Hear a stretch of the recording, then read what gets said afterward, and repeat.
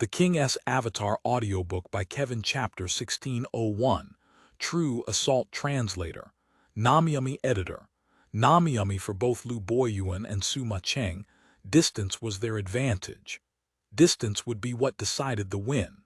Seeing chaotic cloudy mountain getting blown farther and farther away from dancing rain, all of the Samsara fans felt their hearts sink. Su Mucheng's dancing rain set up a mounted gun again. She had used this level 75 launcher skill to great effect countless times in the playoffs. This skill restricted her character's movements, but greatly increased her attack power. It represented a powerful assault with the intent to fight a bloody battle with the opponent. X1 Extruder's final landing position was at the perfect firing line distance for Su Mucheng. When the X1 Extruder exploded, the artillery barrage from mounted gun arrived.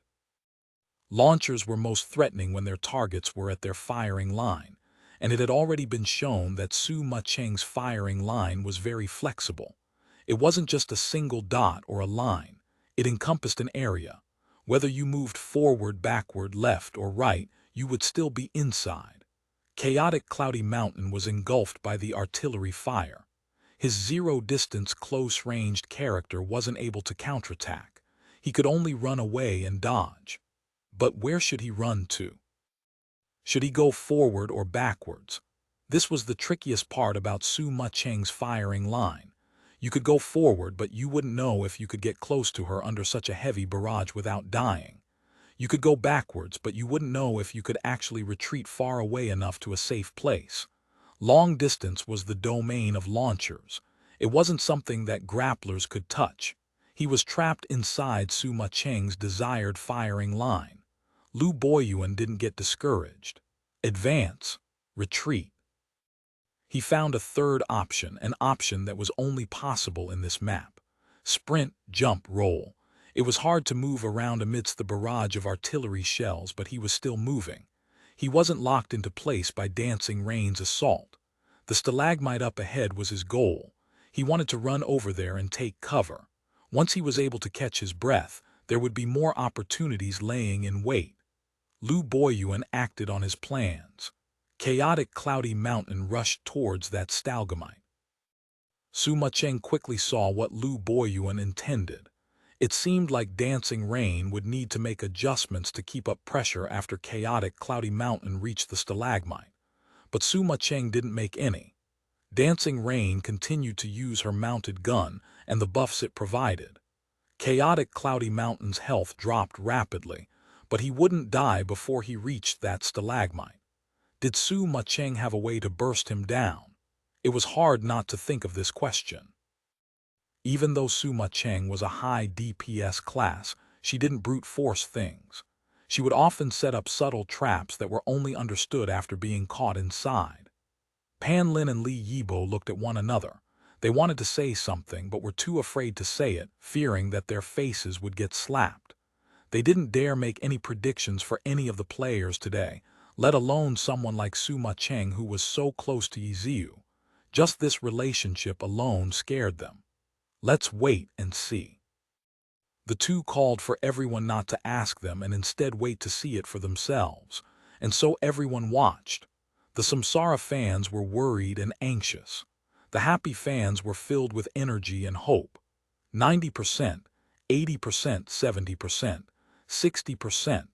Because Lu Boyuan had held the upper hand at the start of the fight, Dancing Rain hadn't been able to deal much damage to him. As a result, most of the damage had been dealt starting from this moment. Starting from around 90%, Chaotic Cloudy Mountain's health dropped in chunks as he approached the stalagmite. Not enough, no. That was what everyone was thinking. However, Su Mucheng had only now retracted her mounted gun. No, to be more precise, her mounted gun's duration was up. She hadn't canceled it. Dancing Rain moved and began chasing Chaotic Cloudy Mountain. But because she had been attacking from a fixed spot previously, Chaotic Cloudy Mountain had moved away from the center of her firing line. Even though she could still reach him, her attack rate couldn't compare to before and she couldn't restrict his movements. As a result, Chaotic Cloudy Mountain began moving much faster than before.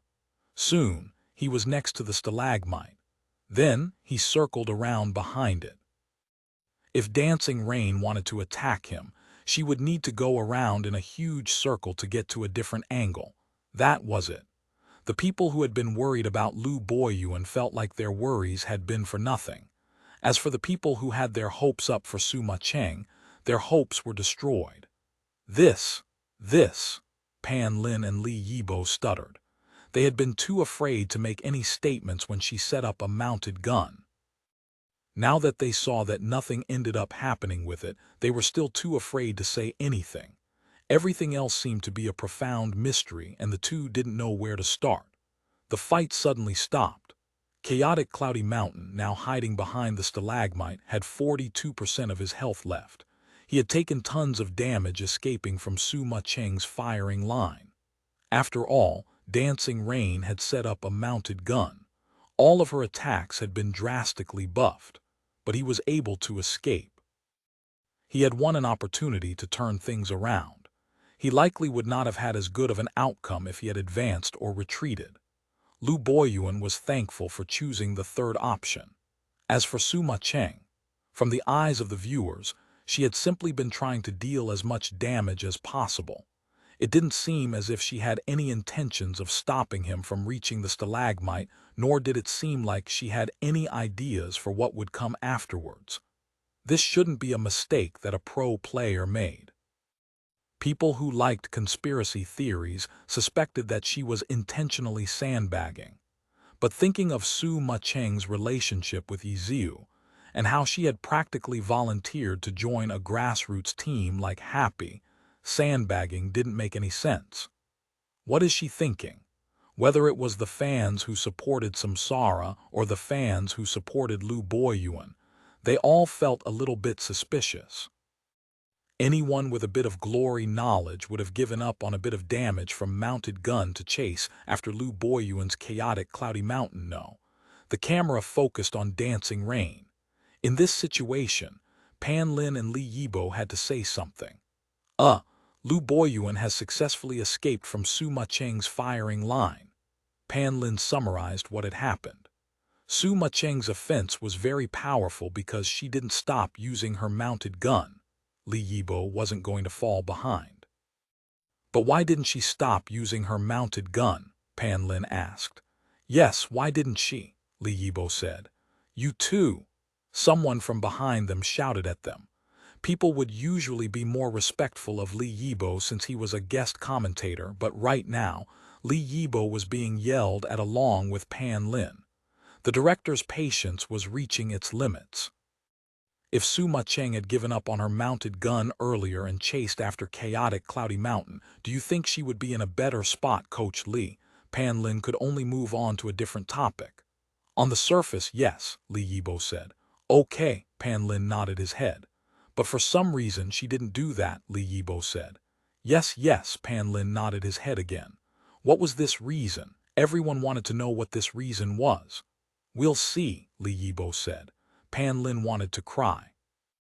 To think Li Yibo would still use his trademark escape tactic at this crucial moment. Pan Lin was wondering whether "we'll see" would become a trending meme tomorrow. Would people use that to make fun of their incompetence? In any case, the words had been said. Li Yibo couldn't say it again. Pan Lin didn't want to bring trouble onto himself, so he might as well just let it be. The camera focused on Dancing Rain. Nothing unexpected that was worthy of a "let's wait and see" happened. Su Mucheng just calmly packed up her mounted gun and then started moving horizontally to get to a different angle. Everything was calm, as if none of the previous crazy attacks had happened. It was as if the match had reset back to when the two came across each other the first time. Chaotic Cloudy Mountain had taken cover behind a stalagmite, while Su Mucheng started searching for him bit by bit.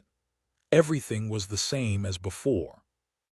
The only difference was that Chaotic Cloudy Mountain was at 42% health, while Su Mucheng's Dancing Rain was at 87% health. 42% versus 87%. There was a difference in health between the two compared to before chaotic Cloudy Mountain was losing, and right now, chaotic Cloudy Mountain was far away from dancing rain. The situation seemed to favor Su Mucheng. Pan Lin and Li Yibo were at least able to make this sort of analysis. At the end, Li Yibo suddenly blanked out. A thought suddenly sprung into his mind as he watched dancing rain's calm movements. Could it be? Su Mucheng knew that even now, she held the advantage. There had been no need to use that opportunity before to kill off chaotic Cloudy Mountain in one go. That was why she hadn't canceled her mounted gun, instead dealing as much damage as she could. She could still be calm now because she had a huge lead. There was no need to be nervous or worried. It was Lu Boyuan who would be feeling those emotions. The Lu Boyuan who was still rejoicing that he had escaped from Su Mucheng's firing line. He would probably soon realize it. Escaping wasn't anything worth celebrating. Su Mucheng wouldn't let him easily recover from the lead that she had gotten. Su Mucheng was confident in this, and this confidence was her true assault. Chapter 1602, A Fully Deserved Win. Chapter 1602, A Fully Deserved Win. Translator, Namyami Editor. Namyami artillery shells began being fired again. Before Su Mucheng circled around to where she could see Lu Boyuan, she began using the splash damage from her launcher attacks to hit behind the stalagmite. An electronic eye was released again to expand her view from another angle. Step by step, steadily and surely, Su Mucheng played patiently. Her attacks weren't dense, even though she was using more normal attacks. Normal attacks didn't use mana. Their threat was low, but they were Aya attacks nonetheless. She didn't know where exactly chaotic Cloudy Mountain was located, but it didn't matter if her attacks hit. If they hit, then it would deal some damage. If they didn't, then it would scare him. Lu Boyuan was indeed feeling the pressure. He had thought of the possibility that Su Mucheng would chase after him, but he hadn't expected her to play so patiently. Artillery shell after artillery shell landed beside chaotic Cloudy Mountain. Sometimes they landed far from him. Other times they landed close to him. Evidently, the other side wasn't certain of his location. But at the same time, Lu Boyuan didn't know her location. When he had taken cover behind the stalagmite, he had turned around to confirm her location one last time. However, it had been some time since then. As a result, he had no way of figuring out how far away Su Mucheng was from him. He had no way of knowing whether rushing out from hiding would be an opportunity for him. He also had no way of knowing how much cover the stalagmite was giving him. All that remained was pressure. Explosions were still happening all around him. Lu Boyuan hadn't forgotten that Su Mucheng had electronic eye. The electronic eye didn't need to be placed right in front of him. As long as it was looking at him from a different angle than dancing rain, Su Mucheng would be able to attack him more precisely. Her calm attacks showed that she was still feeling him out. He couldn't keep waiting. He needed to act, but should he advance or retreat, he needed to make a decision. Lu Boyuan checked his surroundings.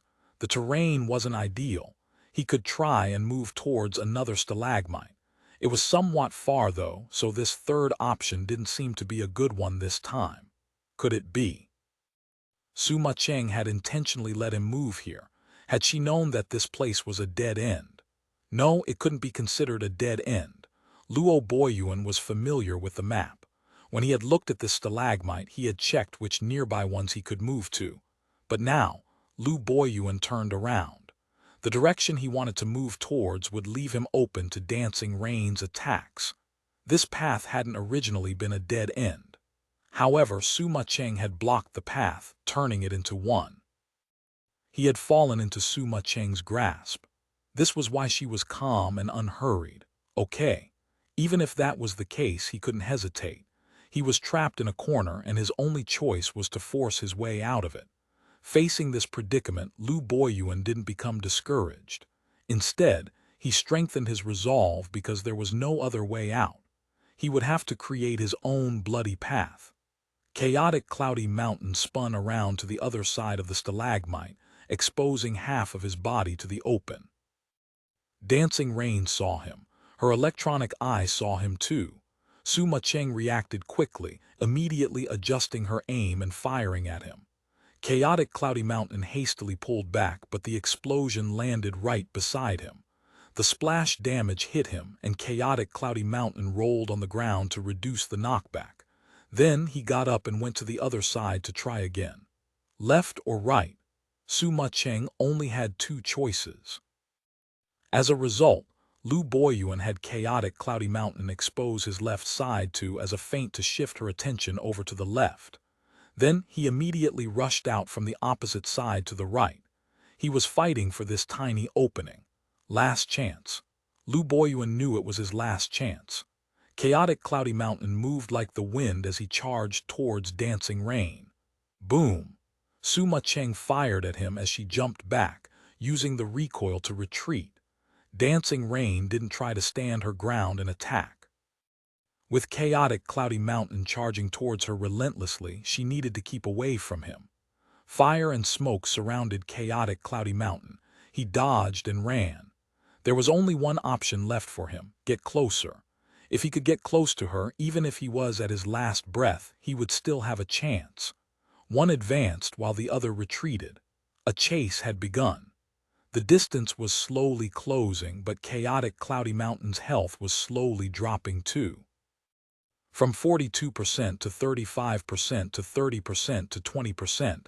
I can catch her. Lu Boyuan was ecstatic. He had calculated it.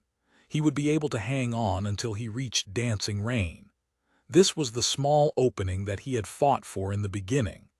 That small opening allowed Lu Boyuan to perceive that Mucheng's offense wasn't perfect.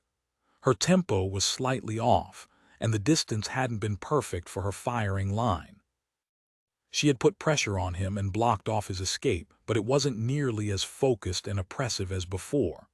I can do it. I can do it. This time I have to seize this opportunity properly. I don't have much health, but it doesn't matter. 10% is enough as long as I don't let Dancing Rain escape. 5 steps away. The next step he took would be the turning point. Once Mucheng was 5 steps away, there would be huge holes in her launcher's offense. Mucheng might be able to use her experience to cut that distance down to 3 or 4 steps, but nevertheless, with this next step, her threat would be drastically reduced. He would be the one in control. Lu Boyuan stared intently at Dancing Rain. He couldn't make any mistakes. Suddenly, he saw Dancing Rain suddenly put away her hand cannon and take out a rifle. Gun switching style. Lu Boyuan felt his heart tighten. The gun switching style or the weapon switching style had its clever uses in combat. One of these uses was to help give the character another skill, since a skill could be attached to each weapon. Dancing Rain had suddenly switched to a rifle. Perhaps it was to increase her attack speed, but launchers that didn't use their class-specific weapon would deal significantly less damage. In addition, they lose the bonus from their class advancement skill, Heavy Gunfire Control. All of their skills would become less effective. As a result, she wouldn't be using her launcher skills to retake control. What's more, the rifle was only slightly faster than the hand cannon. Then, it was very likely that the bonus skill on the rifle could turn things around. What could it be? Luckily, she wasn't an unspecialized, so there was no need to consider skills from all 24 classes. He could narrow it down to the 4 gunner classes. However, instantly coming up with an answer was too difficult. He could only be wary of it. At this moment, the rifle began to fire at him. What is it? Lu Boyuan opened his eyes wide. He noticed something rise up from Dancing Rain's feet. It was a mounted gun. What? Lu Boyuan wasn't the only one surprised. Hadn't mounted gun just been used? This level 75 skills cooldown wasn't so short. It couldn't have mounted gun from her rifle. If the skill added to the weapon wasn't a new skill, then the skill level would be raised by 1. It didn't mean that the user would have 2 of the same skill. It wasn't possible for it to be a mounted gun. Switching to a rifle wouldn't refresh the skill and get rid of its cooldown. Refresh. He understood now. It was the sharpshooter skill, dual load. It was a skill that let the user instantly refresh a skill on cooldown, and Mucheng had chosen to refresh mounted gun. So it's like that. Lu Boyuan let out a bitter laugh. He hadn't expected Mucheng to come out with this move. This was his loss. Grappler grab skills were high-priority moves, but there were things that couldn't be grabbed, such as the summoner's Devil World flower. Once it put down its roots, it could not be moved. Grappler grab skills would only deal damage. There would be no secondary effects. To put it simply, grab skills only dealt damage when used against targets that could not be moved. A launcher using mounted gun was considered a target that could not be moved. His grabs would only deal damage. He wouldn't be able to stop Dancing Rain from attacking. Mounted gun would increase her attack power by a massive amount. It would also increase her defense and give her super armor. There was no way to stop a launcher using mounted gun from attacking. Mucheng could easily finish him off. She would simply have to sacrifice a bit of health to do so. Boom! A satellite beam descended, and Chaotic Cloudy Mountain fell. Chaotic Cloudy Mountain didn't have much health left. He could not retreat. During his final moments, he could only try to deal as much damage as possible to Dancing Rain. When he fell, he was able to take out 28% of Dancing Rain's health. Even though his grabs didn't have secondary effects, just the damage alone was frightening. Unfortunately, Chaotic Cloudy Mountain didn't have much health left. If he could survive a bit longer, it would be hard to say who would win. Happy Mucheng had won with 59% health, giving Happy a substantial lead. This fight had the clearest winner and loser in the group arena so far. In the match between Jiang Batao and Mo Fan, when Jiang Batao had no skills available, Mo Fan had given him quite the beating. In this match, although Lu Boyuan was able to take out 28% of Dancing Rain's health during his final moments, much more than what Mucheng did to him during that period of time, it couldn't really be said that he had the upper hand the majority of the battle. Ever since Mucheng was able to escape from his grasp, Mucheng took complete control over the fight. She fully deserved this win. Chapter 1603, Believe in the Power of Love. Chapter 1603, Believe in the Power of Love. Translator, Namyami. Editor, Namyami. In the group arena, Happy finally established a clear lead for themselves. Lu Boyuan quietly left the stage. The Samsara fans in the stadium didn't blame him, though. In this round, no matter who won or lost, it would be very easy to widen the gap between the two teams. This was something that any experienced Glory player would understand, simply due to the two players' classes. One was a launcher, and the other was a grappler. If an appropriate distance was maintained, the grappler would simply have no way to land attacks on the launcher. If the grappler could close the distance and latch on to the launcher wouldn't be able to put up a proper fight. Victory and defeat would be determined by the to and fro of controlling the distance. The resulting difference in health would definitely be influenced by the disparity in distance control between the two players, something decided by the uniqueness of their classes. In the end, the result really was determined by such logic. Samsara still had two players left. Would they be able to close the gap? The audience gazed at Samsara's player bench, waiting for their fourth player to take the stage. Du Ming. Samsara's fourth player was Du Ming, meaning that one of their ace players, Sun Xiang, was set to come out as their fifth, a somewhat conservative arrangement. After Zhou Zekai was the first to take the stage, the one viewed as the second best in 1v1s, Sun Xiang, wasn't their third or fourth player, but instead their last. The purpose for this was already something that people had started to discuss as soon as the list of players for the group arena had first been broadcasted. But at this time, when Samsara had fallen behind, needing to win a 2 versus 2.5, Having Du Ming go up first and Sun Xiang bringing up the rear seemed more stable. Conservative, but also stable. As Du Ming rose from the player benches while talking to his teammates, he couldn't help but cast a glance at Happy's player bench. But no matter how many times he swept his gaze across, Tang Rou still continued to single-mindedly watch the review of the previous round that was being played on the large TV screen. What's the point in looking? It's not like anyone's looking back. Someone on Samsara's side noticed Du Ming's wandering gaze and said, "Could she be avoiding me?" Du Ming said to himself. "You joker, quickly get on stage." Most of the Samsara players couldn't take it anymore. Du Ming raised his head, looking at the list of players for both teams displayed on the large screen. If he wanted to face off against Tang Rou, he had no choice but to fight till the very end. That meant that not only did he have to beat Mucheng, whose character was still at 59% health, he also had to beat their next player, Tang Rou. He had to do his best. Du Ming silently clenched his fists, firmly walking towards the stage. "Is this why you kept suggesting that he play fourth?"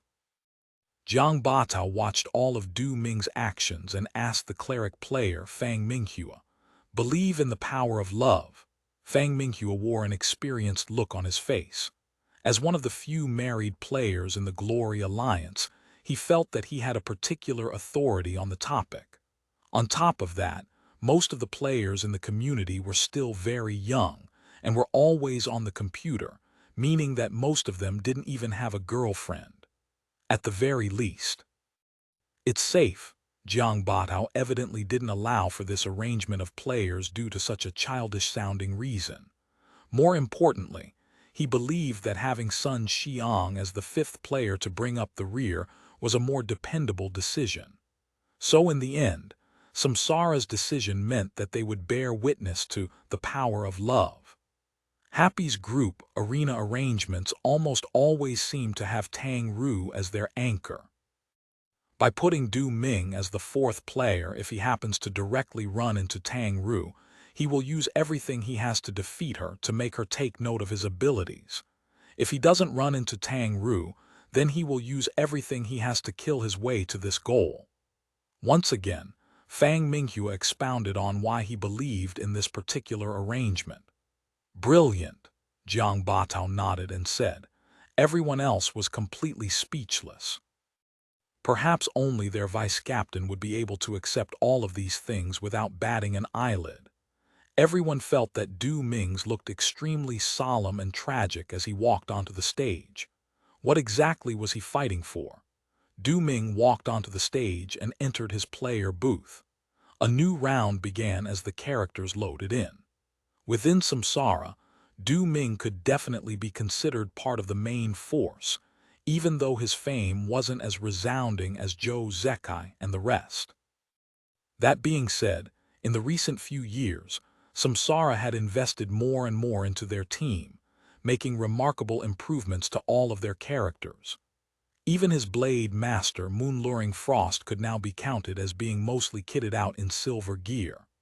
The lightsaber in his hands, Ice Shards, didn't have a high-class sounding name, but after repeated refinement, it was now considered to be one of Glory's top 10 swords by many players, so it was clearly exceptional. Deep breaths. Du Ming calmed himself. At this time, he couldn't afford to think too much about Tang Rou, who had yet to take the field. If he wanted to have a decisive battle with her, he still had to get past the next two obstacles. Now, he would concentrate and take out Mucheng first. Battle start. Du Ming's attitude was resolute. Moonluring Frost quickly set off, directly moving towards the center path. On Mucheng's side, Dancing Rain also didn't opt to take a roundabout way, and similarly headed for the center. However, she knew that the center path had a stalactite running from top to bottom, which would block her view of the other side. As such, Dancing Rain strategically headed in a slightly slanted direction from the beginning, so that her view wouldn't be blocked by the stalactite. Advance. The distance between the two characters continued to shrink. Just when the respective players had advanced halfway, Du Ming's moon-luring frost instead changed his direction, heading horizontally to the side. He didn't resolutely take the middle path, as everyone had expected. Once he had taken the middle path halfway, he suddenly started to take a roundabout route. The roundabout route wasn't that far away, but with the field of view from the strategic angle that Mucheng had Dancing Rain take, she wouldn't be able to notice moon-luring frost's movement. With regards to using the stalagmites in this map, all of Samsara's players were extremely masterful. With the final path that Du Ming's moon-luring frost took, instead of calling it a roundabout route, it was more like the strategic angle that Mucheng had taken, slightly offset from the center. It was just that this slight slant made full use of the distributions of the stalactites. Obviously, this was a route that Samsara had researched to advance towards the center while still being able to conceal oneself. Mucheng's Dancing Rain reached the middle of the map and stopped moving. Seeing that her opponent hadn't appeared, that meant that he hadn't taken the middle path, or that he had hidden himself. Even though she didn't exactly know what trick Du Ming had pulled, after these few rounds, the way in which Samsara used the stalagmites in this map was something that an experienced player like Mucheng could already faintly infer. Instead of advancing, Mucheng had Dancing Rain use an electronic eye. Afterwards, Mucheng began advancing again, but she maintained an appropriate distance with each and every stalactite within her field of view. Her footsteps were so soft that the match was suddenly devoid of sound, as if someone had muted it. Through their omniscient point of view, the audience could see that both the characters were moving closer to each other, step by step. However, Dancing Rain maintaining a cautious distance from any stalagmite meant that Du Ming didn't have any opportunity to make a move. The Blade Master wasn't like the grappler that required a zero-distance confrontation, but it still couldn't take a long-ranged fight. In reality, this match actually followed very similar logic to the previous one. What would happen next? Everyone held their breaths and watched on. Chapter 1604, Extraordinary Du Ming. Chapter 1604, Extraordinary Du Ming. Translator, Namyami. Editor. Namyami. Moon-luring frost's head suddenly poked out from behind the stalagmite. Boom! Cannon fire immediately shot towards him. It was certainly unfortunate timing for moon-luring frost. He had come out just when Dancing Rain was aimed towards him. When Mucheng saw him, she immediately pulled the trigger. The artillery shells were aimed at the edges of the stalagmite instead of directly towards moon-luring frost. Mucheng had taken into account that Du Ming's moon-luring frost would be able to take cover in time. As a result, she went for the splash damage instead, while simultaneously having Dancing Rain circle around to get to a different angle. However, moon-luring frost didn't take cover. He came out of hiding completely. The artillery shell exploded and the shockwave spread out, but moon-luring frost was unaffected. How? Dancing Rain was startled. Moon-luring frost suddenly rushed out. Behind him were 1, 2, 3, 4, 5 moon-luring frosts followed behind in quick succession. Shadow steps. Du Ming had used shadow steps. The moon-luring frost that had been unaffected by the first shot was evidently a fake shadow. The shadows created from shadow steps were different from ninja shadow clones. Shadow steps produced afterimages, which couldn't be damaged. As long as the skill wasn't interrupted, these afterimages could not be destroyed. To interrupt the skill, you needed to hit the true body. Du Ming was able to produce 6 shadows. He had the ability to produce more, but not to this level of perfection. Mucheng had already eliminated one of the possibilities with her first shot, but which one among the other 5 was the real one? Mucheng couldn't distinguish between them from observation alone. In that case, she could only test them out one by one using attacks. Gatling gun. Dancing Rain lifted up a Gatling gun and swept across.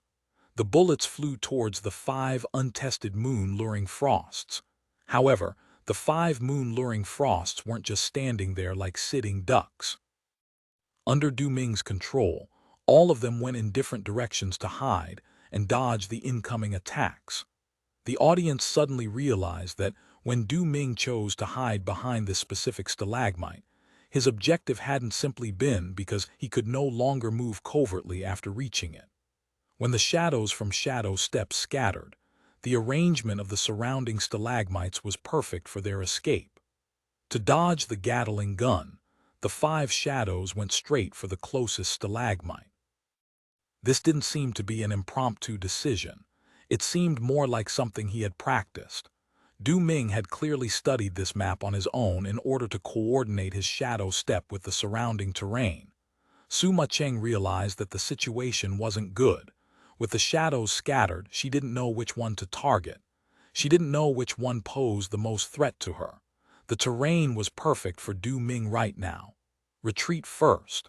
Mucheng had Dancing Rain retreat. However, Du Ming didn't stop to rest after disrupting Mucheng's offense. The shadows immediately rushed out again, coming towards her from different directions. Which one was real? Let alone Mucheng, even the viewers didn't know. Which one was the real threat? 5 shadows, 5 swords flashing with a dangerous light. Mucheng discovered that she had no safe way to escape. Under Du Ming's meticulously practiced pursuit, from the scattered shadows back to a combined assault, all of her retreat paths were blocked. Her only choice was to figure out which one was real and attack it, or run away and leave it up to luck. Her chances were quite high. There was only one real one. All the others were fake and wouldn't actually deal any damage to her. If she chose one to rush towards, there was a high probability that she would run into a fake one. But pro blade masters wouldn't just watch quietly as the opponent ran recklessly towards one of the shadows. They would adjust what their shadows did depending on their opponent's movements.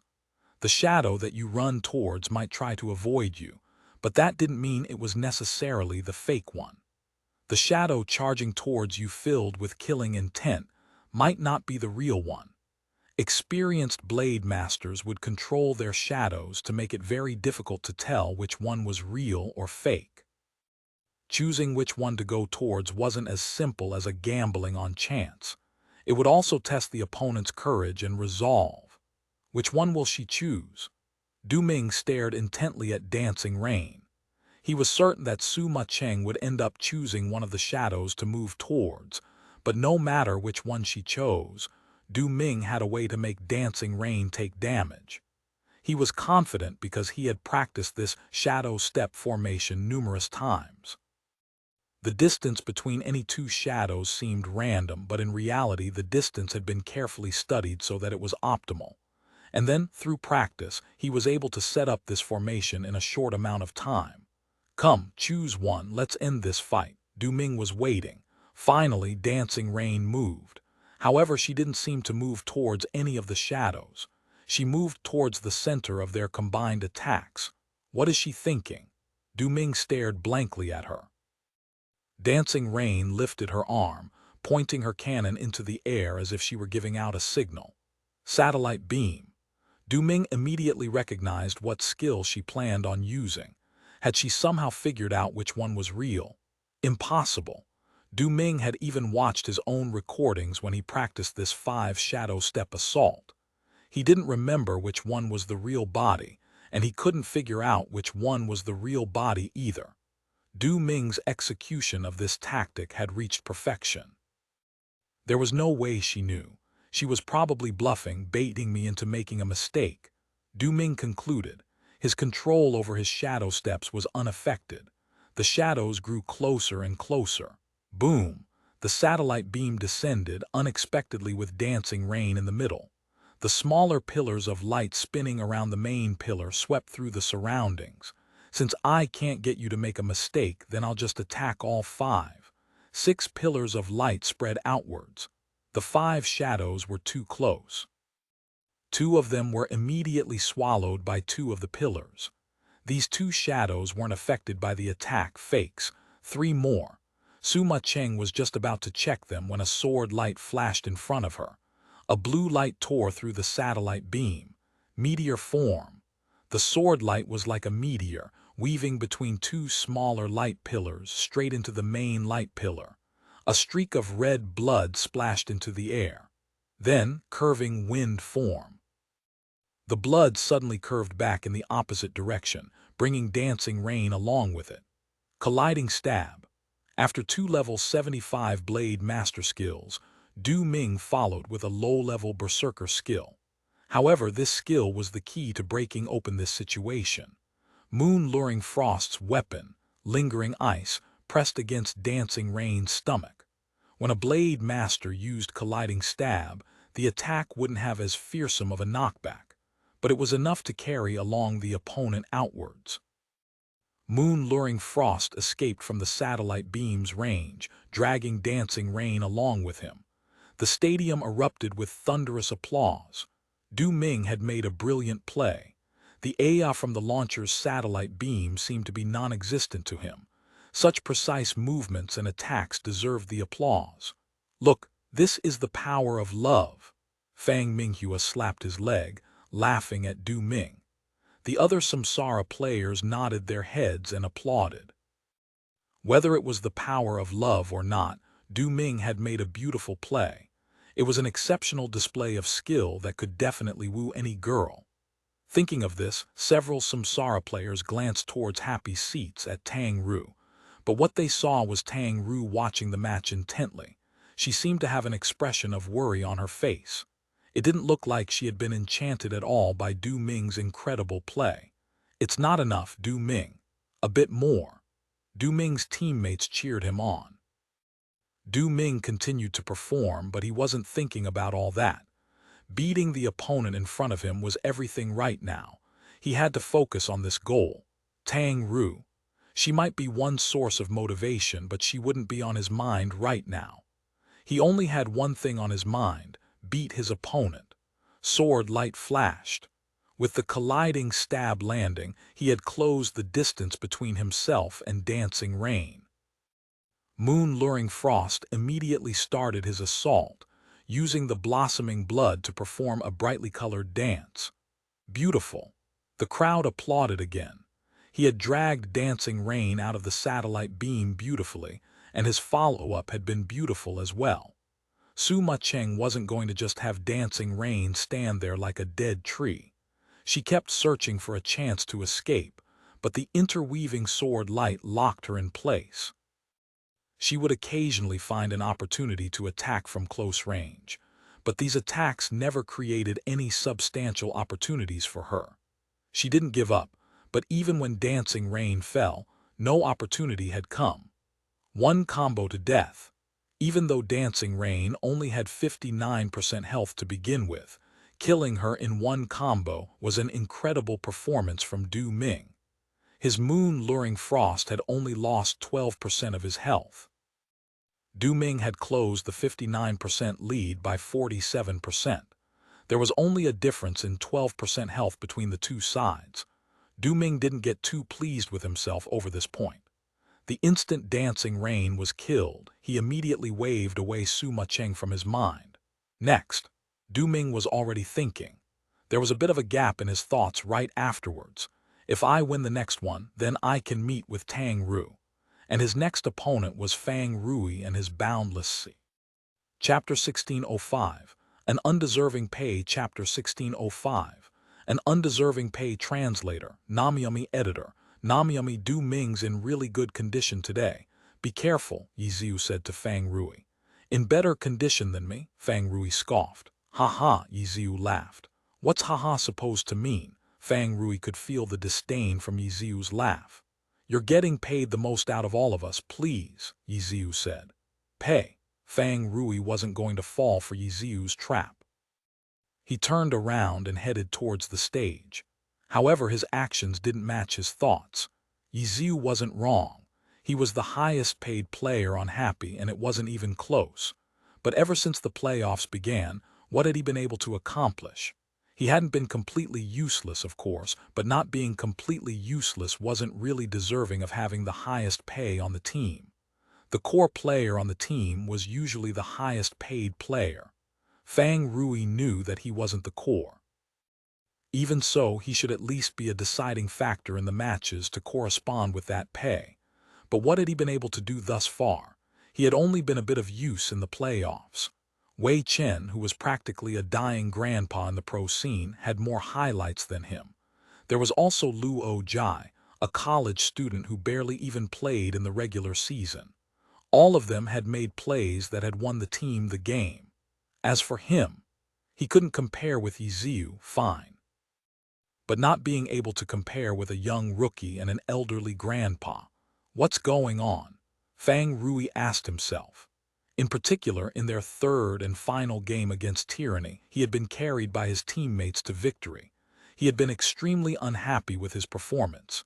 He had been hoping to redeem himself against Samsara. In their first game against Samsara, he had been Happy's third player in the group arena.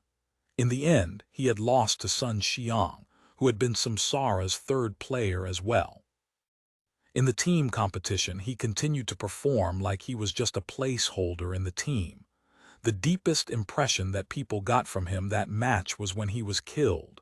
What am I doing? He had repeatedly underperformed during the playoffs. Tang Rou felt like he should have already lost his position. However, Tang Rou continued to send him up. The team's trust in him only made him feel more pressured. I have to change. What do I need to do? Tang Rou said to himself as he came across Mucheng. Be careful. He's in really good condition today, Mucheng said to him. Fuck, are you two colluding? Tang Rou replied. What? Mucheng was a bit confused but quickly realized that someone must have said something similar to Tang Rou, and she knew who that someone was. As if there was any need to collude, Mucheng chuckled. Tang Rou was speechless. True. It was pretty obvious that Du Ming was playing really well today. How could Yiziu and Mucheng not be able to tell? The two were just reminding him and also worrying for him. Relax, Tang Rou smiled at Mucheng. I, Tang Rou, am worthy of my name. Ha-ha, Mucheng laughed. Ha-ha, what ha-ha, you're becoming more and more like him, you know that? Tang Rou cursed. Good luck. Mucheng didn't bother bickering with Tang Rou. Do you mind grabbing me some hot water? I'm going to need a drink after I beat him. Tang Rou waved his arms. Then he turned around and continued to walk towards the stage.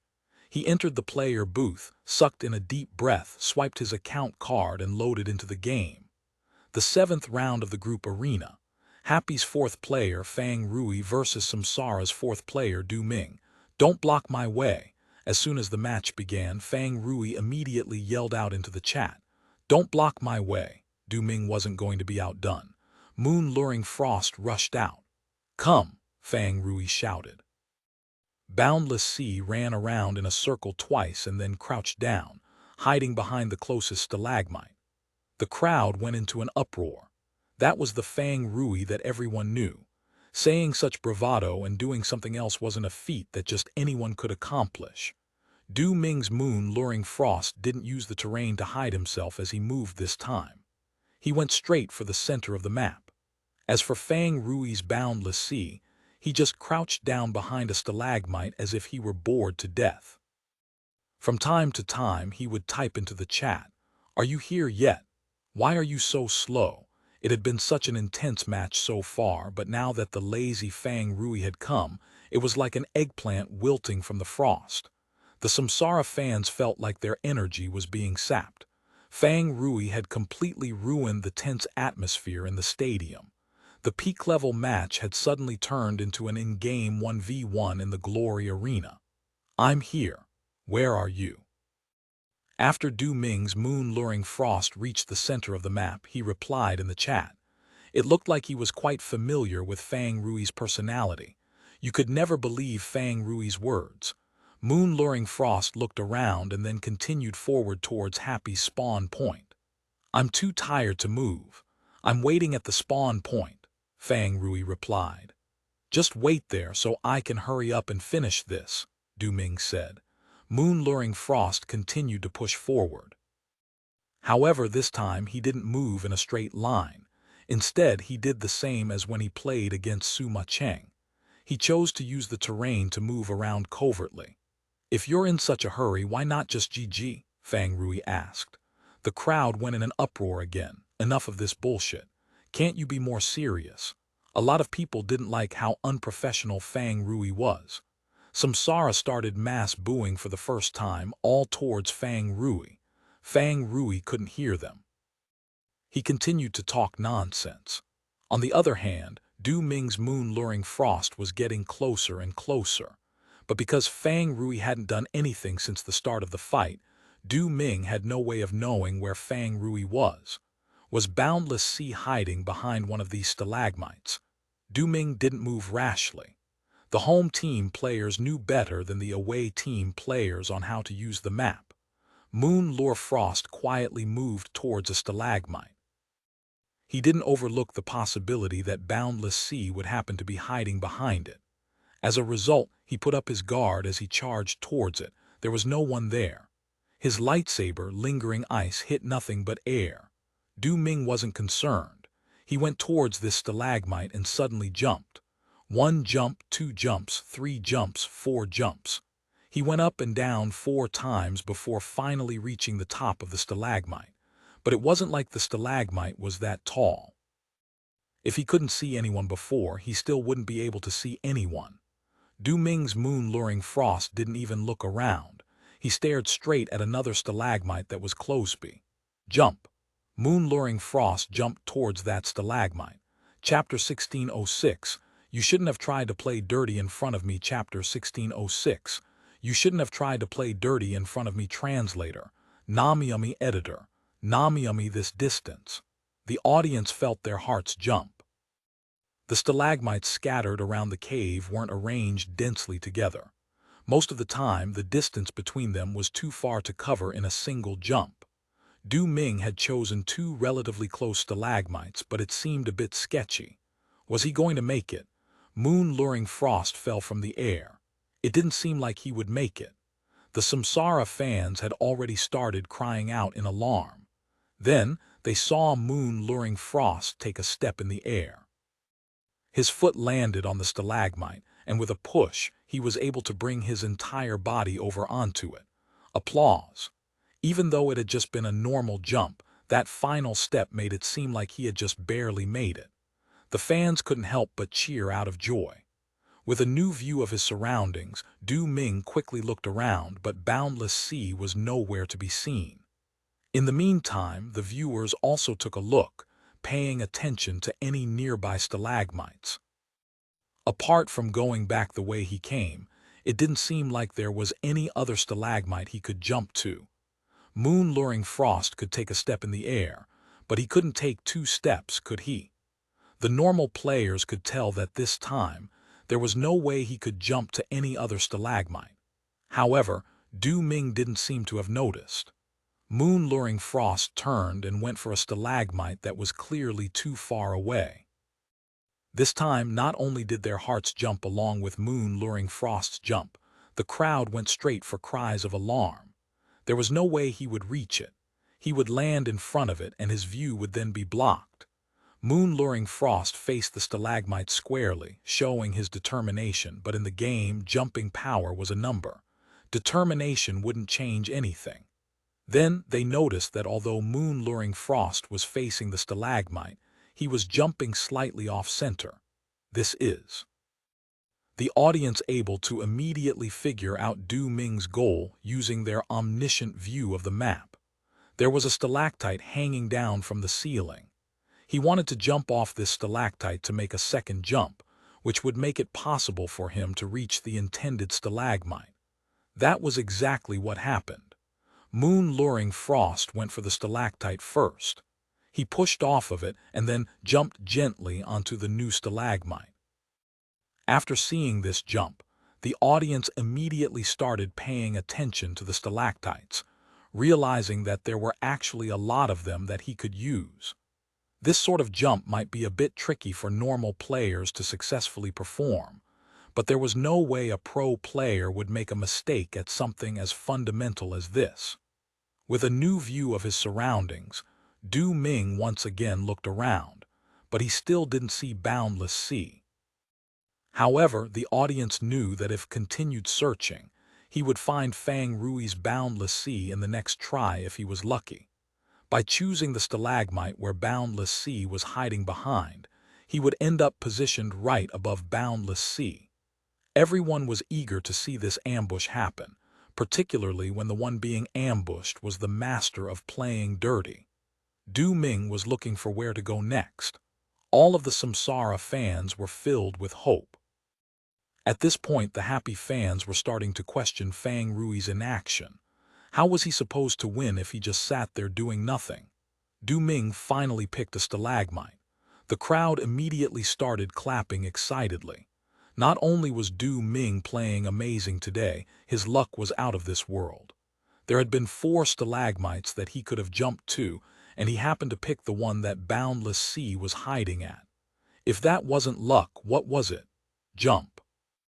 Moon-luring Frost jumped off a stalactite and then landed gently onto his destination. From start to finish, no sound had been made. He could already see boundless sea crouching behind the stalagmite.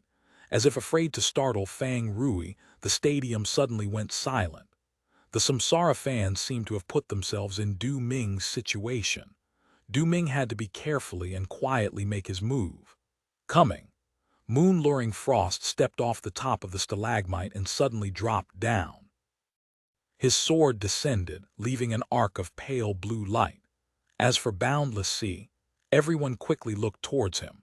Boundless Sea had moved the moment Moon-luring Frost had taken the step. Fang Rui's Boundless Sea suddenly got up and stepped away calmly, dodging Moon-luring Frost's attack. Boundless Sea slowly turned his head to look at the sword light flashing in front of him. Du Ming was alarmed. He didn't think he had made any noise. He also didn't see Boundless Sea look up. How had Fang Rui known that he had attacked? Du Ming's attack had missed, and now Fang Rui could take advantage of it to launch an attack of his own. Qi Masters were a powerful mid-ranged class. They were quite threatening at close range, but not in comparison to the other 3 fighter classes. By pulling away, he would be able to effortlessly take advantage of the opening, and there was nowhere for Du Ming's Moon-luring Frost to run to. Boundless Sea had already started gathering Qi, ready to attack. I have to act before I land. Even though he had no idea how Fang Rui had noticed him, it wasn't the time to ponder over it. His ambush had failed, and he needed to quickly do something before he got caught by Fang Rui's counterattack. He didn't have many options, though. All he could do was try to make it harder for Fang Rui. As a result, Moon-luring Frost gently twisted his body. His movements needed to be very minute so that it looked natural. He also needed to do it before he landed on the ground. Du Ming wanted to push off the stalagmite so that he could attack first, but Moon-luring Frost had only just moved a tiny bit when Boundless Sea pushed out his palms. Dragon Wave. The wave of Qi was filled with killing intent. This skill could be controlled after it was shot out. Du Ming could no longer bother with making his movements subtle. Moon-luring Frost straightened his body in a panic and jumped off of the stalagmite. His gaze was locked onto Boundless Sea. However, Du Ming discovered that he had no way to attack him. All the attacks that he could make were sealed off completely by Dragon Wave. Everything had been within Fang Rui's expectations. Could he dodge this Dragon Wave? Moon-luring Frost didn't have any place he could jump off of anymore. If he wanted to dodge while in the air, he could only rely on a skill. He saw the Dragon Wave roaring towards Moon-luring Frost. He had to act immediately. Falling Light Blade. Sword light flashed. Moon-luring Frost dropped straight down. The Dragon Wave wouldn't be able to keep up with Falling Light Blade. But Boundless Sea could. Noticing that Du Ming had his attention on Dragon Wave, Fang Rui had Boundless Sea rush forward. Dragon Wave, he had abandoned control over it. Boundless Sea gathered a new wave of Qi. Not waiting for Moon-luring Frost's Falling Light Blade to land, he threw the Qi at him. Du Ming finally had no options left. Flash burst. Boundless Sea struck Moon-luring Frost with his palm. The Falling Light Blade was interrupted. Qi violently blossomed, sending Moon-luring Frost flying back. Du Ming lost control of his character, and the previous dragon wave hit him as well. Tang Rou had chained these two skills to perform a pincer attack from the front and the back. The damage dealt by flash burst couldn't be underestimated. Dragon Wave's effect was annoying. The target hit by it would have decreased attack speed and attack power for a period of time. Moon-luring frost flew back to where he came from towards that stalagmite. Boundless Sea didn't give chase. Instead, he began gathering chi again. What was coming next? Sky-piercing strike. Boundless Sea pushed out with his two palms. The gathered chi swallowed the airborne moon-luring frost. Du Ming couldn't attend to what was behind or what was in front. The sky-piercing strike made moon-luring frost crash even harder into the stalagmite. The force of the impact was quite heavy. Bits of sand broke off from the stalagmite and fell. Du Ming was stunned. He realized how Tang Rou had noticed him. It turned out that his silent jumping would still give off signs. The stalagmite seemed sturdy, but whenever he landed, bits of sand would shake off from it, which Tang Rou had unexpectedly noticed. Tang Rou wasn't nearly as bored as he appeared. He had been very focused. Otherwise, how could he have noticed such a tiny detail? The shaking that he had produced from landing couldn't compare to when he crashed into the stalagmite due to the dragon wave. The bits of sand that fell off would be much smaller, yet Tang Rou had still noticed them. "Your biggest mistake is playing dirty in front of me." A message jumped out in the chat. His words were quite domineering, but when you thought about it more carefully, all of that loftiness seemed to disappear. Wasn't he basically saying that I'm dirtier than you are? There was no such thing as appearing imposing when playing dirty, yet Tang Rou had made it sound that way. Tang Rou was indeed very dirty. Chapter 1607, Everything Hitting. Chapter 1607, Everything Hitting. Translator, Namyami. Editor, Namyami. Yup, you're dirtier than me. Du Ming unexpectedly replied back to Tang Rou immediately. He seemed quite eager and quite happy to acknowledge it. Fuck. You can't lose, even if it's in being dirty. Lu Boyuan jumped out of his seat. He had been feeling rather unhappy because of his defeat in the group arena. Just when he was feeling particularly sad, he saw Du Ming admitting that he couldn't compare to his opponent and couldn't bear it. As for what was being compared, that wasn't the point. Well, Fang Minghua coughed. From the way Tang Rou plays, I don't think she's very appreciative of people who play dirty, Jiang Bat said. Tang Rou hit him right where it hurts, Fang Minghua said. That's why he immediately made things clear, Jiang Batao said. If that's all he's concerned about, how is he going to win? Lu Boyuan was very dissatisfied with how Du Ming was letting his emotions affect the match, especially in one as crucial as the finals. Don't worry, Jiang Batao patted Lu Boyuan's back. He's very focused right now. Even if he's thinking of Tang Rou, all that will be on his mind is to play his very best. Have trust in him. Lu Boyuan still wanted to say something, but when he saw a new development happening on stage, he was able to restrain himself. After Du Ming replied back to Tang Rou, he immediately counterattacked. There was no dirtiness, only righteousness. He turned to face Boundless Sea, downwind sword slash. Sword light flew out. Moon-luring frost had just crashed into a wall after getting hit by dragon wave. His entire body was shaking, making it very difficult for him to attack accurately. Even so, Du Ming let out an attack. The downwind sword slash collided with Boundless Sea's chi. Blade Masters dealt physical damage, while Chi Masters' chi dealt magic damage, physical against magical. It was much harder to calculate which one had higher priority.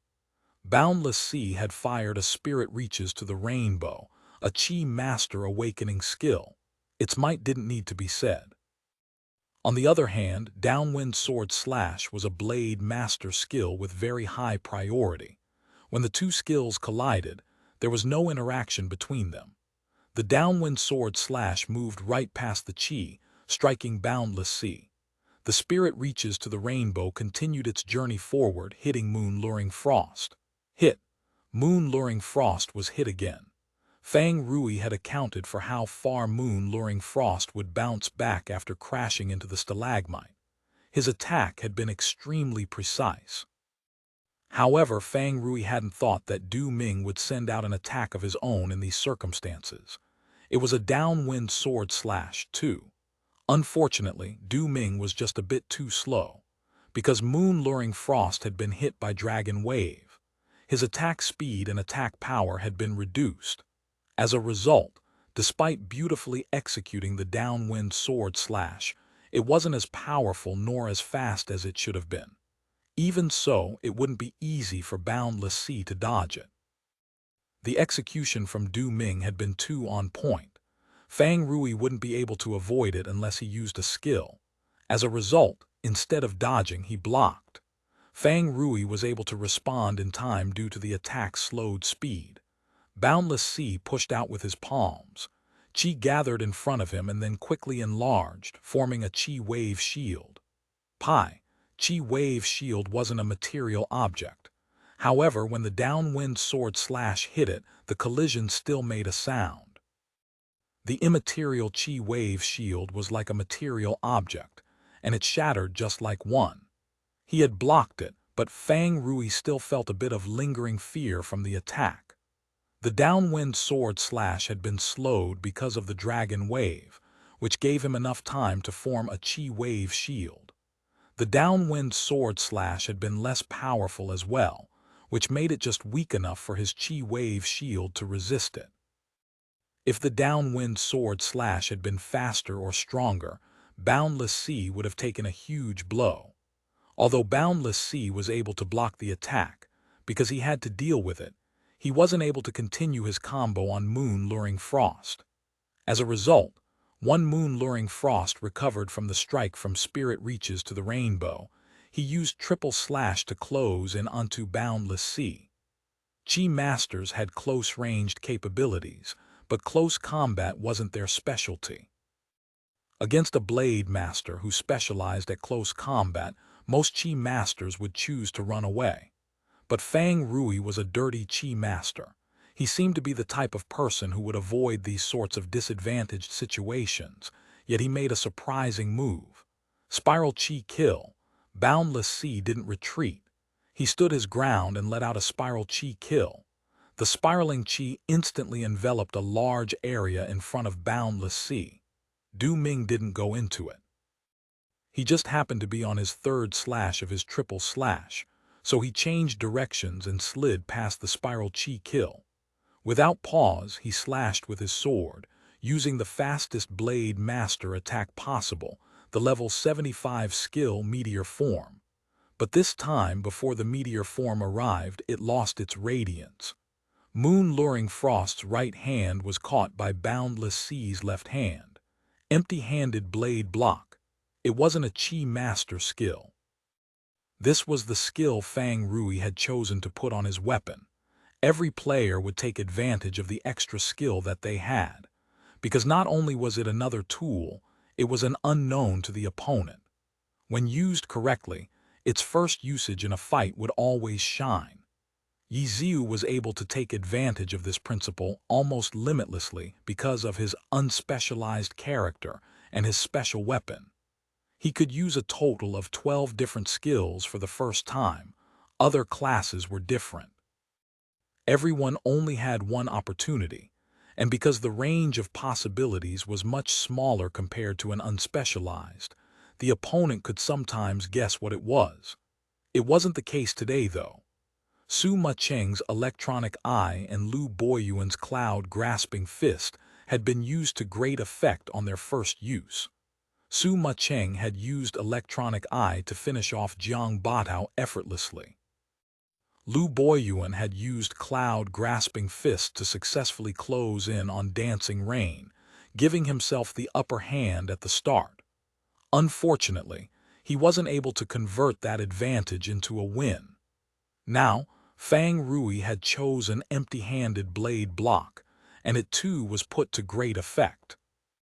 Fang Rui had predicted that Du Ming would easily dodge his Spiral Qi kill and had used the empty-handed blade block in advance, which was how he had been able to block Meteor Form, the blade master's fastest attack. It was a dismantle skill.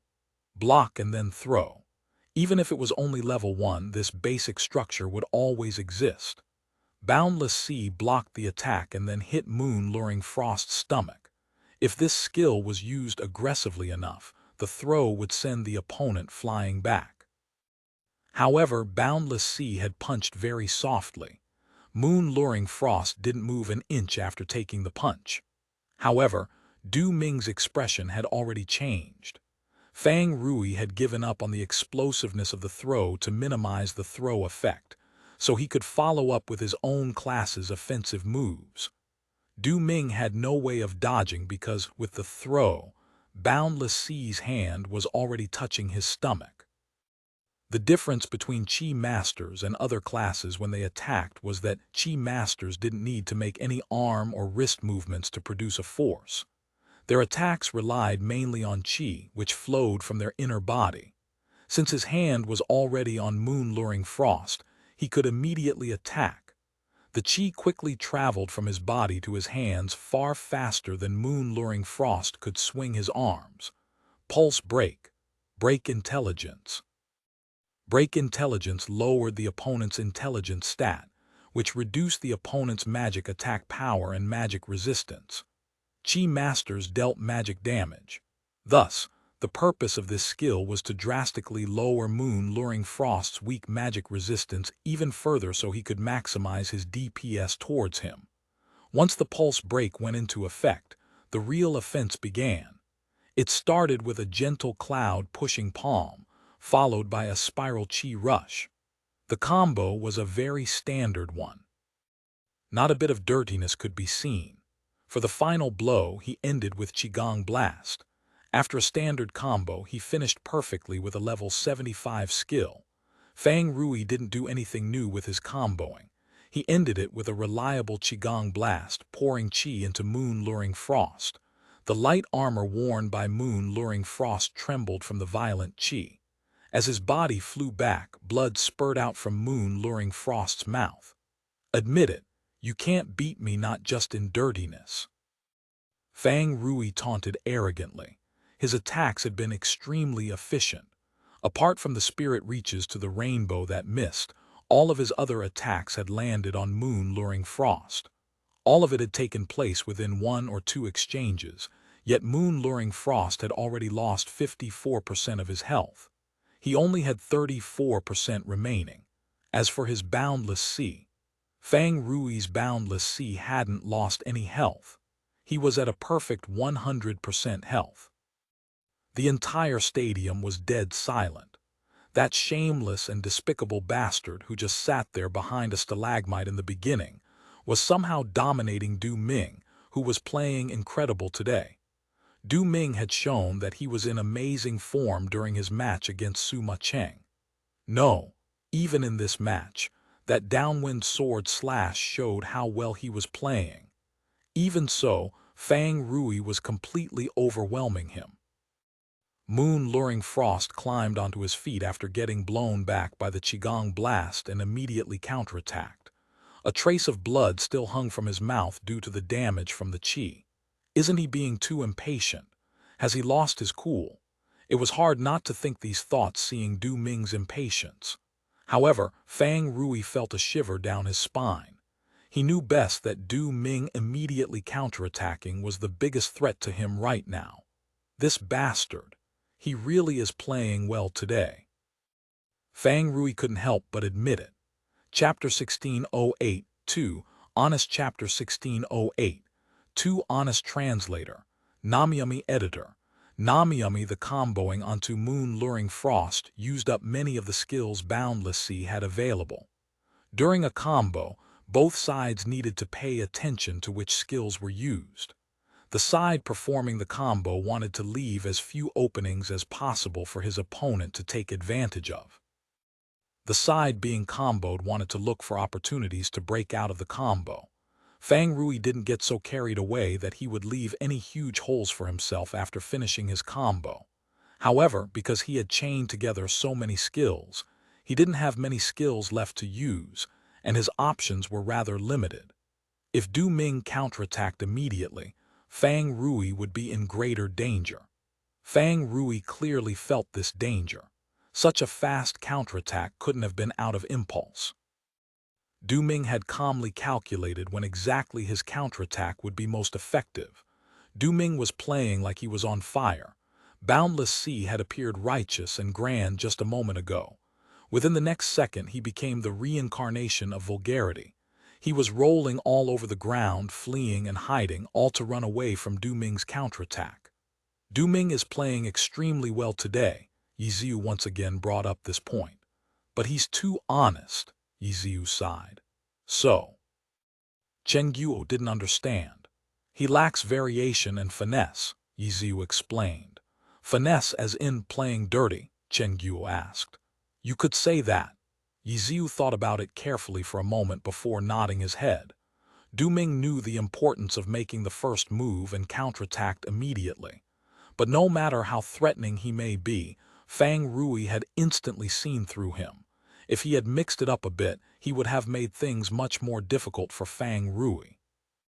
Playing dirty required one to pay particular attention towards controlling the pace of a match.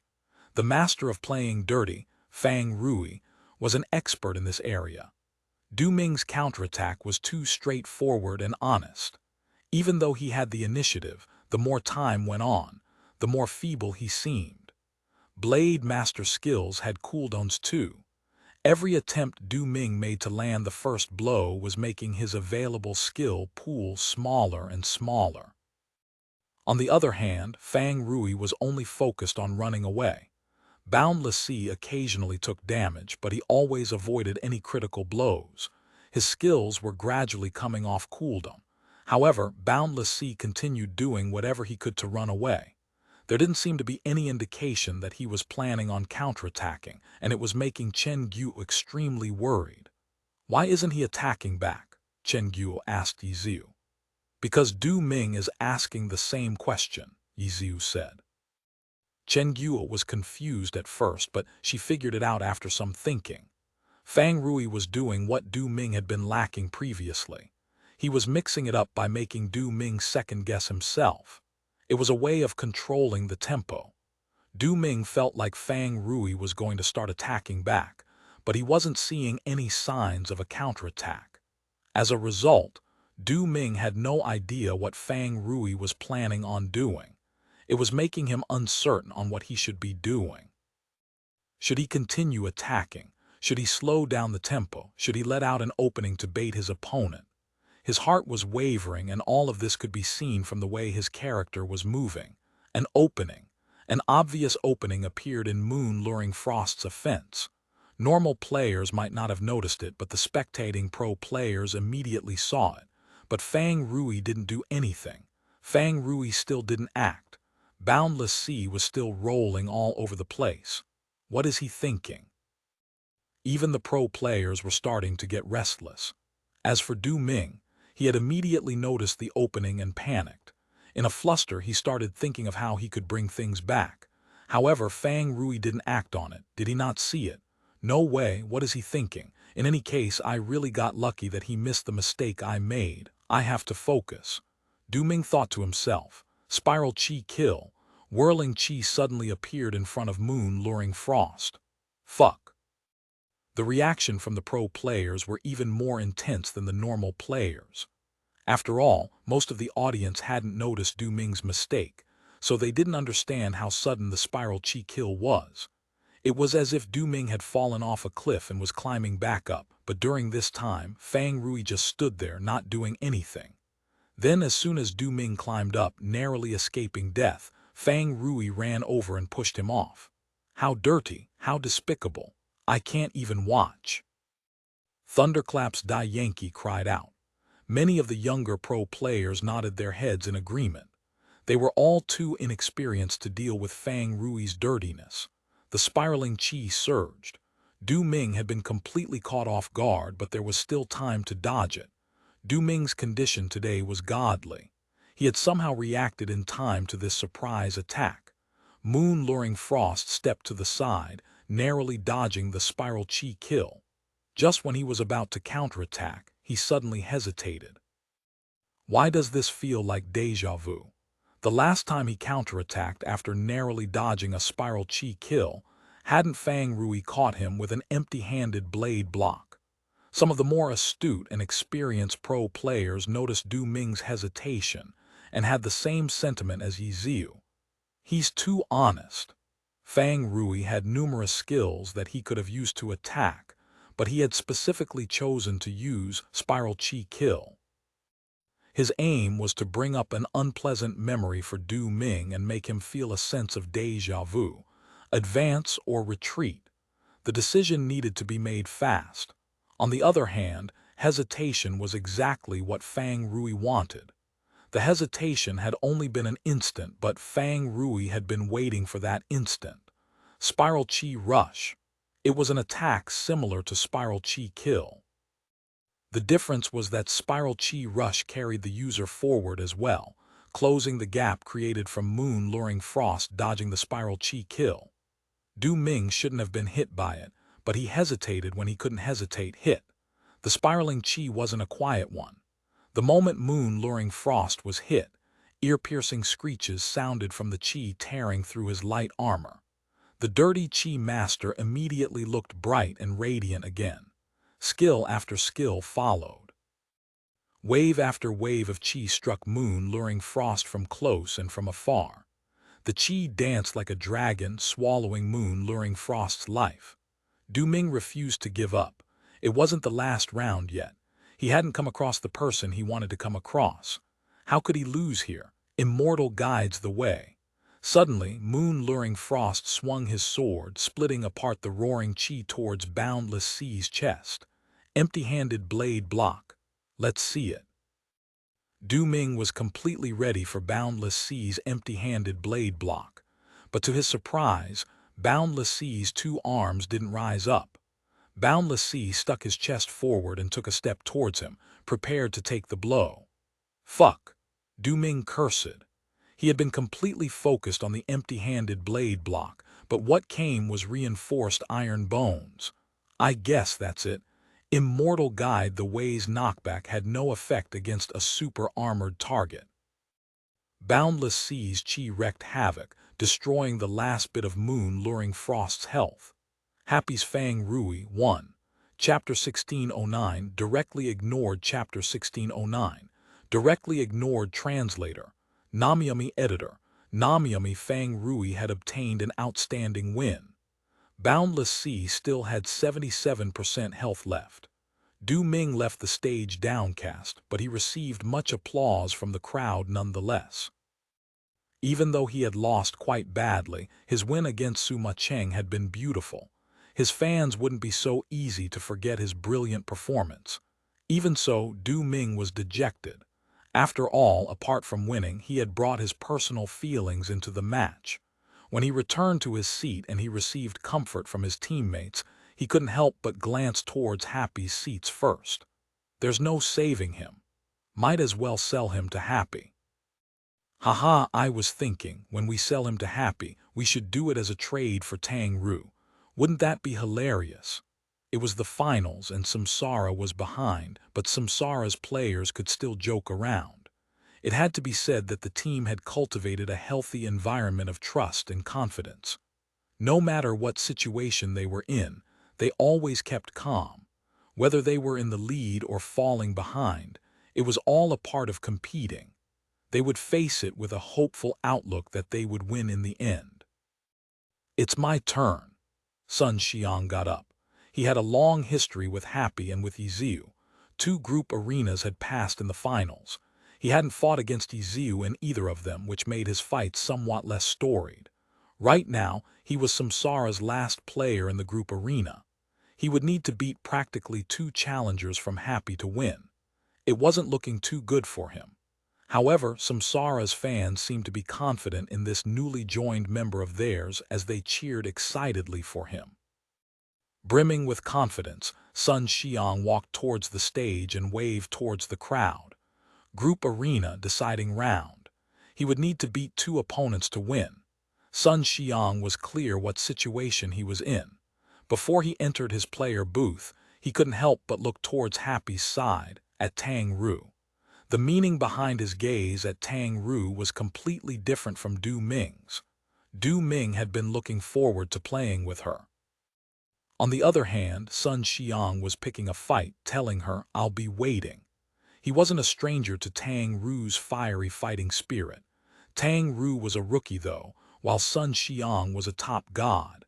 Challenging a rookie to a fight seemed rather illogical. However, his challenge had another layer of depth to it. He was completely ignoring the 77% health Fang Rui. Fang Rui was an all-star player. He was the master of playing dirty. Just in terms of status, he was far more suitable target for Sun Xiang to challenge. However, Sun Xiang was completely ignoring him. In Sun Xiang's eyes, Fang Rui's defeat was a foregone conclusion. The Samsara fans suddenly cheered and clapped even harder. Everyone unhappy was looking at one another. Their teammate was being disrespected, but when they remembered that the one being disrespected was Fang Rui, who had no idea what was going on, it all seemed rather funny. "I wish I could tell him," Su Mucheng said. "How terrible. Let's all give him a moment of silence," Yiziu said. "I kind of don't want to play in today's group arena." These words were quite rare coming from Tang Rou, who longed for a good fight. "Yeah, that's what we hope every match," and when he said. Tang Rou was usually placed as Happy's last player in the group arena. Her not playing meant that Happy would have at least a 2-point lead. It was an outcome that Happy always hoped for. And Wenny was saying the truth.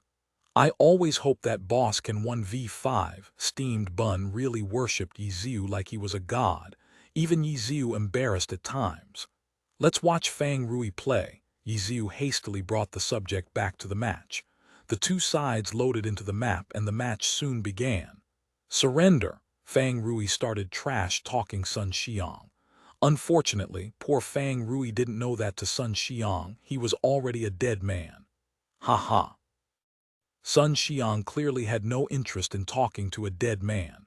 One autumn leaf rushed forward towards the center of the map, and to no surprise, Fang Rui's boundless sea was nowhere to be seen. "Where are you hiding this time?" Sun Xiang asked in the chat. "In a place where you're not expecting," Fang Rui replied. "Is that so?" Sun Xiang said. One autumn leaf looked as if he were taking a casual stroll as he enjoyed his surroundings. He didn't seem to be in a hurry to find boundless sea. Soon, one autumn leaf arrived at a stalagmite. The viewers suddenly felt a sense of déjà vu. Before they could recall where the déjà vu was coming from, they saw one autumn leaf jump once, twice, thrice, 4 times. 4 jumps and one autumn leaf stood at the top of a stalagmite. Everyone suddenly remembered. Wasn't this what Du Ming did? Was Sun Xiang planning on reenacting the previous fight? What's the meaning of this? Doing the exact same thing, is he trying to show that he's better than his teammate? Chen Guo said disdainfully. Her dislike for Sun Xiang made her even want to fight for justice for Samsara's players. "We'll see." Yiziu didn't make any hasty conclusions. Chen Guo curled her lips and continued to watch the map. One autumn leaf took the same route as Du Ming's moon luring frost last round. His jumping was smooth. It seemed like all of Samsara had done practice in this area. One autumn leaf. Chen Guo always found the name particularly eye-catching. One autumn leaf was a character she loved to death, who knew how many times she had cheered for him. Cheering for him also meant cheering for the player, though. The owner of one autumn leaf had changed, but it was hard for fans to part with their feelings for the character. Every loyal fan was used to seeing their familiar player and familiar character together on stage. A change in player or character was always painful for them. One autumn leaf had switched owners, and the new owner was particularly irksome, who was also their opponent. It was unbearably uncomfortable for Chen Guo. She couldn't say anything about it, though, because she knew that whatever she felt about one autumn leaf couldn't compare to what Yiziu felt. In the finals of the Challenger League last year against Excellent Era, Yiziu had personally fought against one autumn leaf. Chen Guo felt her heart go sour just thinking about it. She had even cried a little bit in private. She dreamed of getting one autumn leaf over to Happy so that Yi Xiu would be reunited with him. Even if Yi Xiu wouldn't be playing him anymore, even if Tang Rou was the one using him, one autumn leaf wouldn't be their opponent at least. However, one autumn leaf ended up going along with the annoying Sun Xiang to samsara. And once again, one autumn leaf had become an obstacle in their path to the finishing line. One autumn leaf. Chen Guo swore a silent vow. One day, she would definitely bring him over to Happy. Even if they wouldn't use him, even if he would just remain there as a memory, she really didn't want to see one autumn leaf as their enemy anymore, especially as an enemy to Yi Xiu. But whenever she thought of this point, she felt scared because she knew about Happy's financial circumstances clearly. Even if Happy was able to gather enough money to buy a top-tier character, it wouldn't be so easy. Sun Xiang was a young player, and he had integrated himself successfully into Samsara. This champion team wasn't going to give up an important asset on their team so easily. Taking back one autumn leaf was perhaps a thought for the future. As the team's boss, Chen Guo had the patience and determination to wait until that day. But Yi Xiu, how much time did he have left as a pro player? Would there be a day where she could see him fight alongside one autumn leaf again? Chen Guo knew that these hopes were small. All she could hope was for them to encounter one autumn leaf less often. At least they didn't meet each other in the group arena, last round in this round. Chen Guo could only console herself in this way. One autumn leaf jumped nimbly from one stalagmite to another, searching below him. But this time, Tang Rou didn't copy what he did last time. Boundless Sea didn't crouch behind a stalagmite, waiting quietly for his opponent to come. Instead, he was constantly switching between hiding places. Even though he had yet to see his opponent, he was playing very cautiously as if his opponent was right beside him. There was no way Happy's players could use the stalagmites as cover as well as Samsara's players, who had practiced with this map. However, the dirty Tang Rou was doing everything to the utmost of his abilities. The broadcast had quite the experience by now, paying close attention to Boundless Sea's movements. The broadcast zoomed out and looked around from different angles to show the audience how difficult it was to notice Boundless Sea's movements. However, this difficulty was constructed on the basis that he was on the same level as his opponent. Sun Xiang was jumping between stalagmites like Du Ming had done previously, but it didn't seem like Tang Rou had noticed. Boundless Sea continued to scurry stealthily across the ground, but Sun Xiang had finally located him from above. One autumn leaf immediately changed directions towards Boundless Sea. At this moment, one autumn leaf was moving towards an area where moon-luring frost hadn't gone to before. By jumping, one autumn leaf moved faster than Boundless Sea. Whenever Tang Rou reached a stalagmite, he would always crouch there for a bit. Finally, one autumn leaf reached him. With a jump, he landed onto a stalagmite behind Boundless Sea. What? Tang Rou immediately noticed an abnormality. He realized that something had happened, but he didn't look above him. Instead, he stuck his head out from behind the stalagmite to look around. Chapter 16:10, You wanted me to see this. Chapter 16:10, You wanted me to see this. Translator, Namyami Editor. Namyami Sun Xiang let out a smile, but this time no one could see it. One autumn leaf didn't make any unusual movements. He simply leapt downwards. Everything so far had been going the same as Du Ming's fight against Tang Rou. The differences began after one autumn leaf jumped down. Dragon breaks the ranks. One autumn leaf crashed down like a meteor. By borrowing the force of gravity alongside Dragon breaks the ranks, his fall speed was many times faster than when moon-luring frost dropped down. Such a powerful force was naturally very noticeable, but Tang Rou still didn't lift his head to look up. Boundless Sea's movements weren't as unhurried as before, though. He rushed forward not to pull away, but to circle around the stalagmite. Boundless Sea circled behind the stalagmite. The fierce one autumn leaf seemed to suddenly freeze at this moment. Then, one autumn leaf pushed off the stalagmite, placing his spear, evil annihilation, horizontally in front of him. It seemed like he planned on changing directions before he touched the ground. However, it seemed like his timing was a bit off. In the end, one autumn leaf touched the ground and turned around, but he didn't make a large enough turn. His body was bent over and the momentum from Dragon Breaks the Ranks completely vanished. It almost looked like he was plowing the fields. Ha ha ha! Chen Guo didn't hold back her laughter. You wanted me to see this. Well, Yi Ziu didn't know what to say. From Sun Xiang's actions, if Fang Rui had done the same exact thing as he did last round, no matter how he mixed it up, the Dragon Breaks the Ranks from Sun Xiang's one autumn leaf would be able to deal with it. His extremely technical right-angle turn in midair was truly quite brilliant. It wasn't something that just anyone could do, and as a result, that made it difficult for the opponent to predict. Sun Xiang had fully utilized the information that he obtained from his teammates' fight against Fang Rui. He wasn't like what Chen Guo thought, using the same exact method to show his teammate that he was better than him.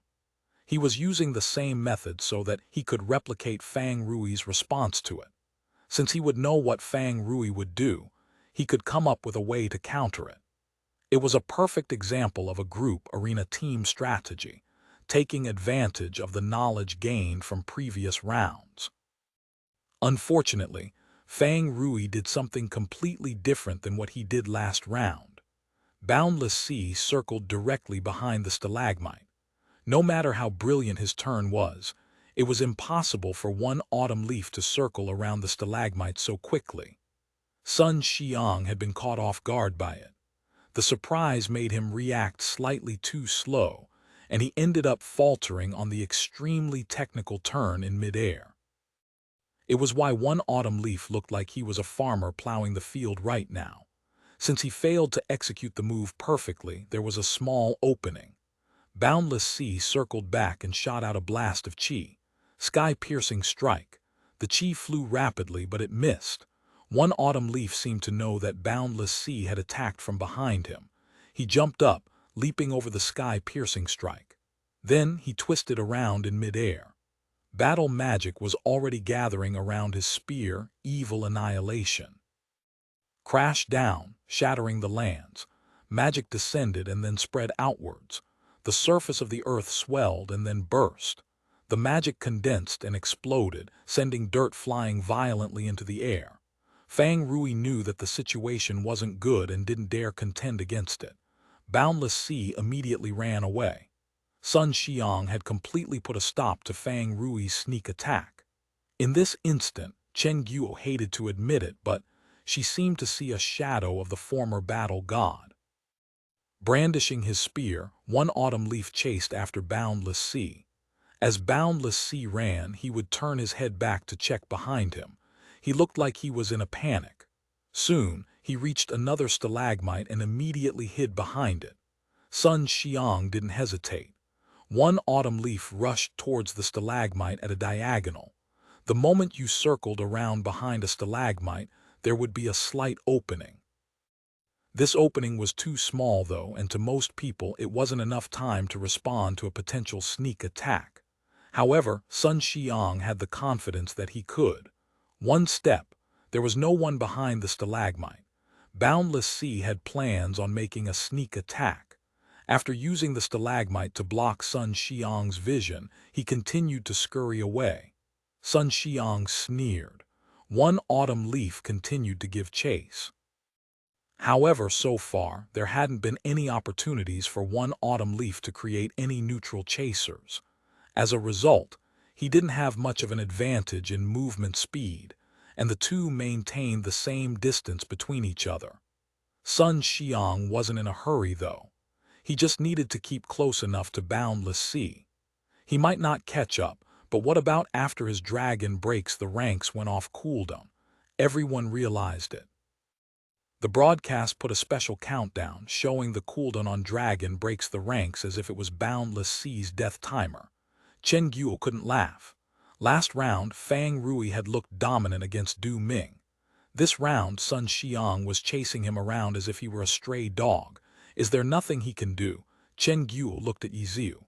Yiziu understood her intent and answered, "Don't worry, Fang Rui is still in control." In control?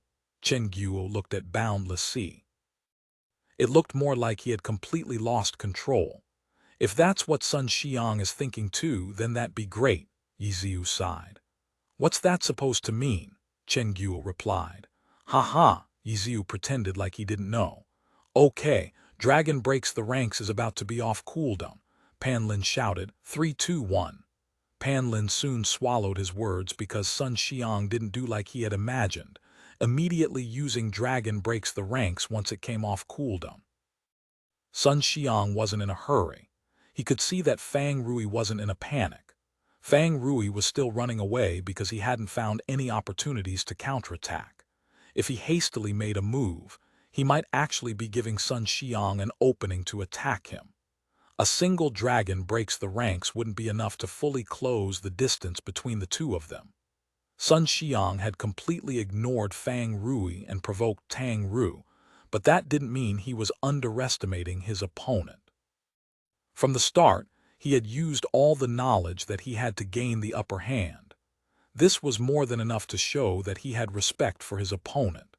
Sun Xiang wasn't as young and naive as when he was captain on Team Conquering Clouds, nor was he as arrogant as when he was on Team Excellent Era.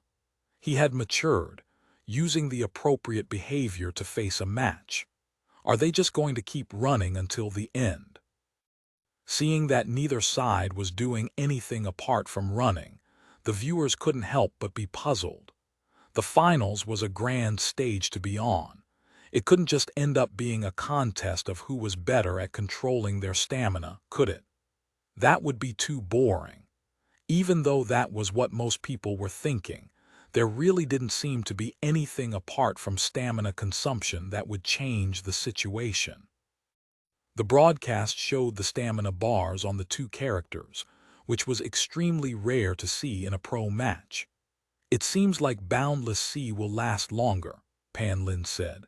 I doubt either side will have any problems controlling their stamina properly.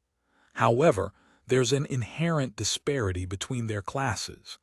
Even though one autumn leaf has a bit more stamina, Chi Masters consume stamina slower. It's probably designed that way to show how the circulation of Chi allows Chi Masters to more efficiently utilize their energy, Li Yibo said. No one really cares usually though, no, Pan Lin said. But right now, it's very important, Li Yibo refuted. To think he would take advantage of such a small detail, no wonder he's Fang Rui, Pan Lin said. Yes. So he'll have a bit more stamina to use, which he can use to run a bit faster and move farther away from Sun Xiang. And after that, Pan Lin said, after that he can use it to find an opportunity to counterattack. Li Yibo struggled to explain. Pan Lin felt that it was a pretty unlikely justification as well. Such precise calculations, requiring perfect execution over a long period of time, also he could get a bit farther away from his opponent. That didn't seem very logical. Some words weren't meant to be said out loud, but in their hearts they were thinking the same thing. I've already taken off my pants and you want me to see this. Once the race was over, it would just start again. This sort of development was too boring to watch. Pan Lin and Li Yibo had no way to hype things up. Stopping people from dozing off was the best they could do. One autumn leaf is out of stamina, Pan Lin said listlessly.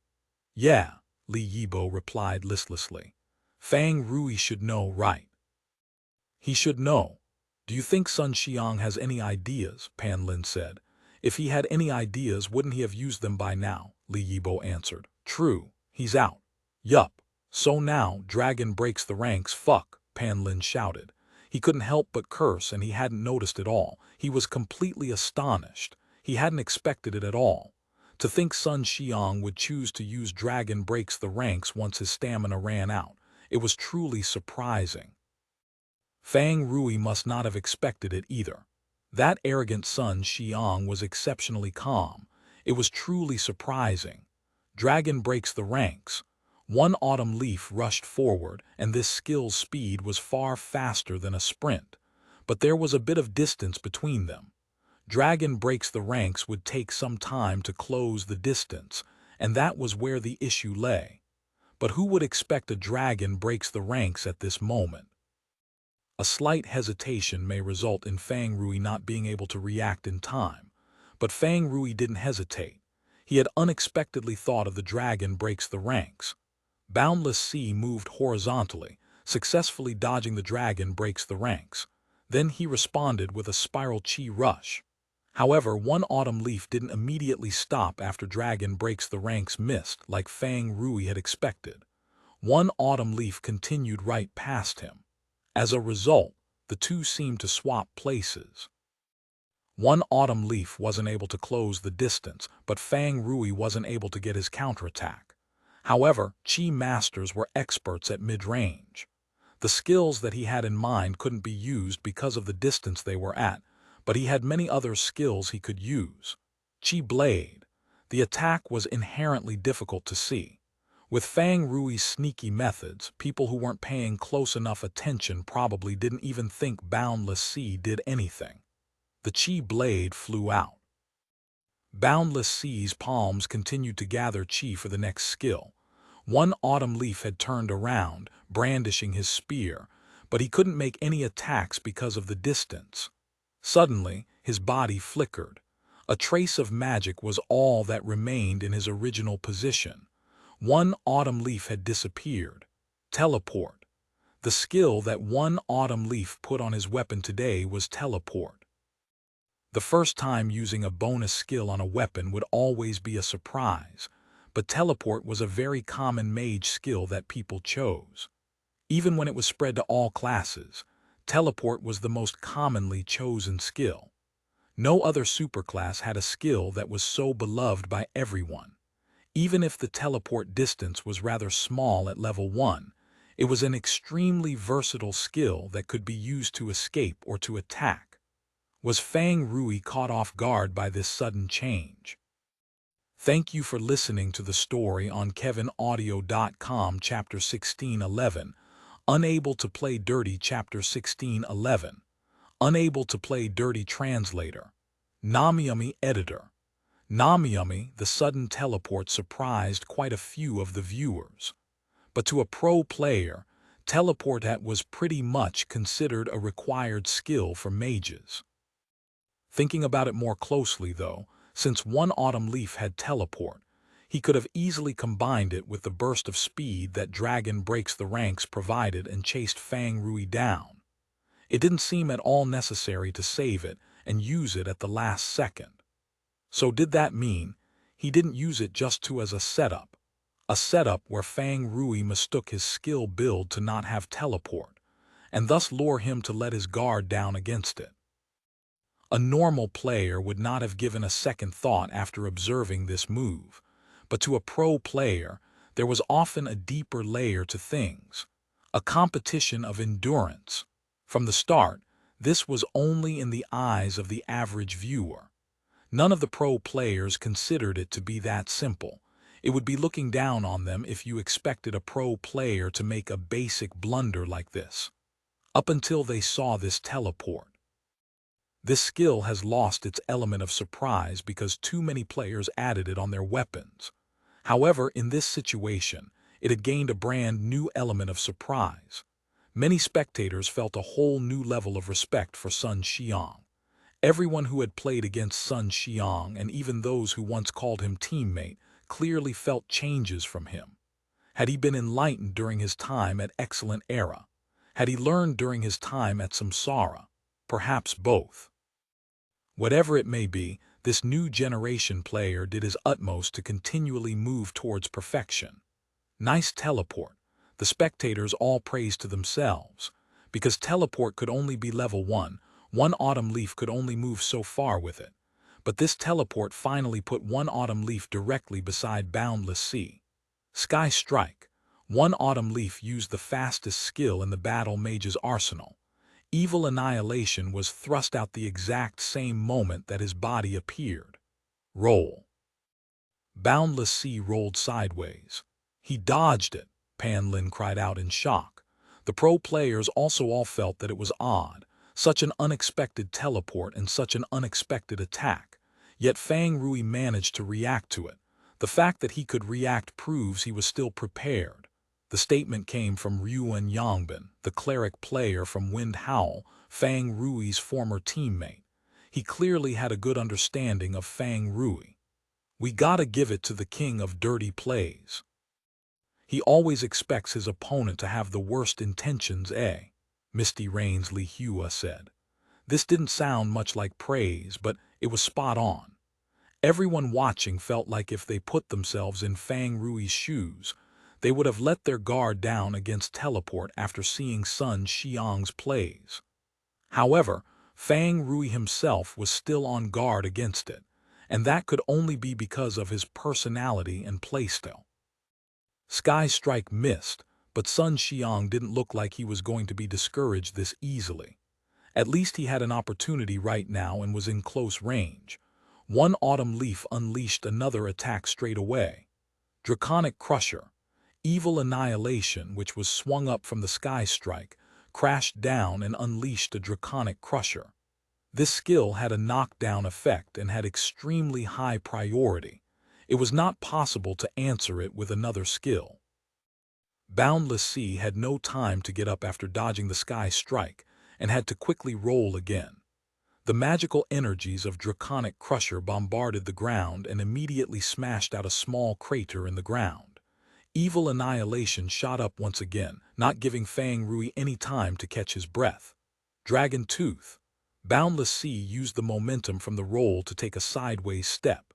He barely managed to dodge and at the same time slapped out a palm. Cloud Pushing Palm, a low-level Chi Master skill. This tiny window was nowhere enough for Boundless Sea to even think about using a strong skill with cast time. He could only use a quick, weak skill to try to disrupt his opponent's relentless attacks. Cloud Pushing Palm had low damage but also had a knockback effect. This was a natural skill choice for Boundless Sea in his current predicament, who needed to create some space for himself. Circle Swing. He didn't expect one Autumn Leaf to not dodge, and instead directly use this skill. The grab effect of Circle Swing would send him crashing into the ground. Even though Boundless Sea's Cloud Pushing Palm would still land and send one Autumn Leaf backwards, it was still unfavorable for him. Helpless, Fang Rui could only abandon his attack. Boundless Sea flipped backwards to dodge again, but he didn't expect Boundless Sea to not respond to his input. When Fang Rui suddenly realized why, Evil Annihilation had already pierced his chest and flicked him skyward. What happened? The normal player saw it as a whiffed dodge, resulting in him being hit. But in the pro player's eyes, not dodging this attack was inexcusable. Something unexpected must have occurred to cause it. Boundless Sea ran out of stamina. Someone realized it and yelled it out. No one knew who. Everyone started.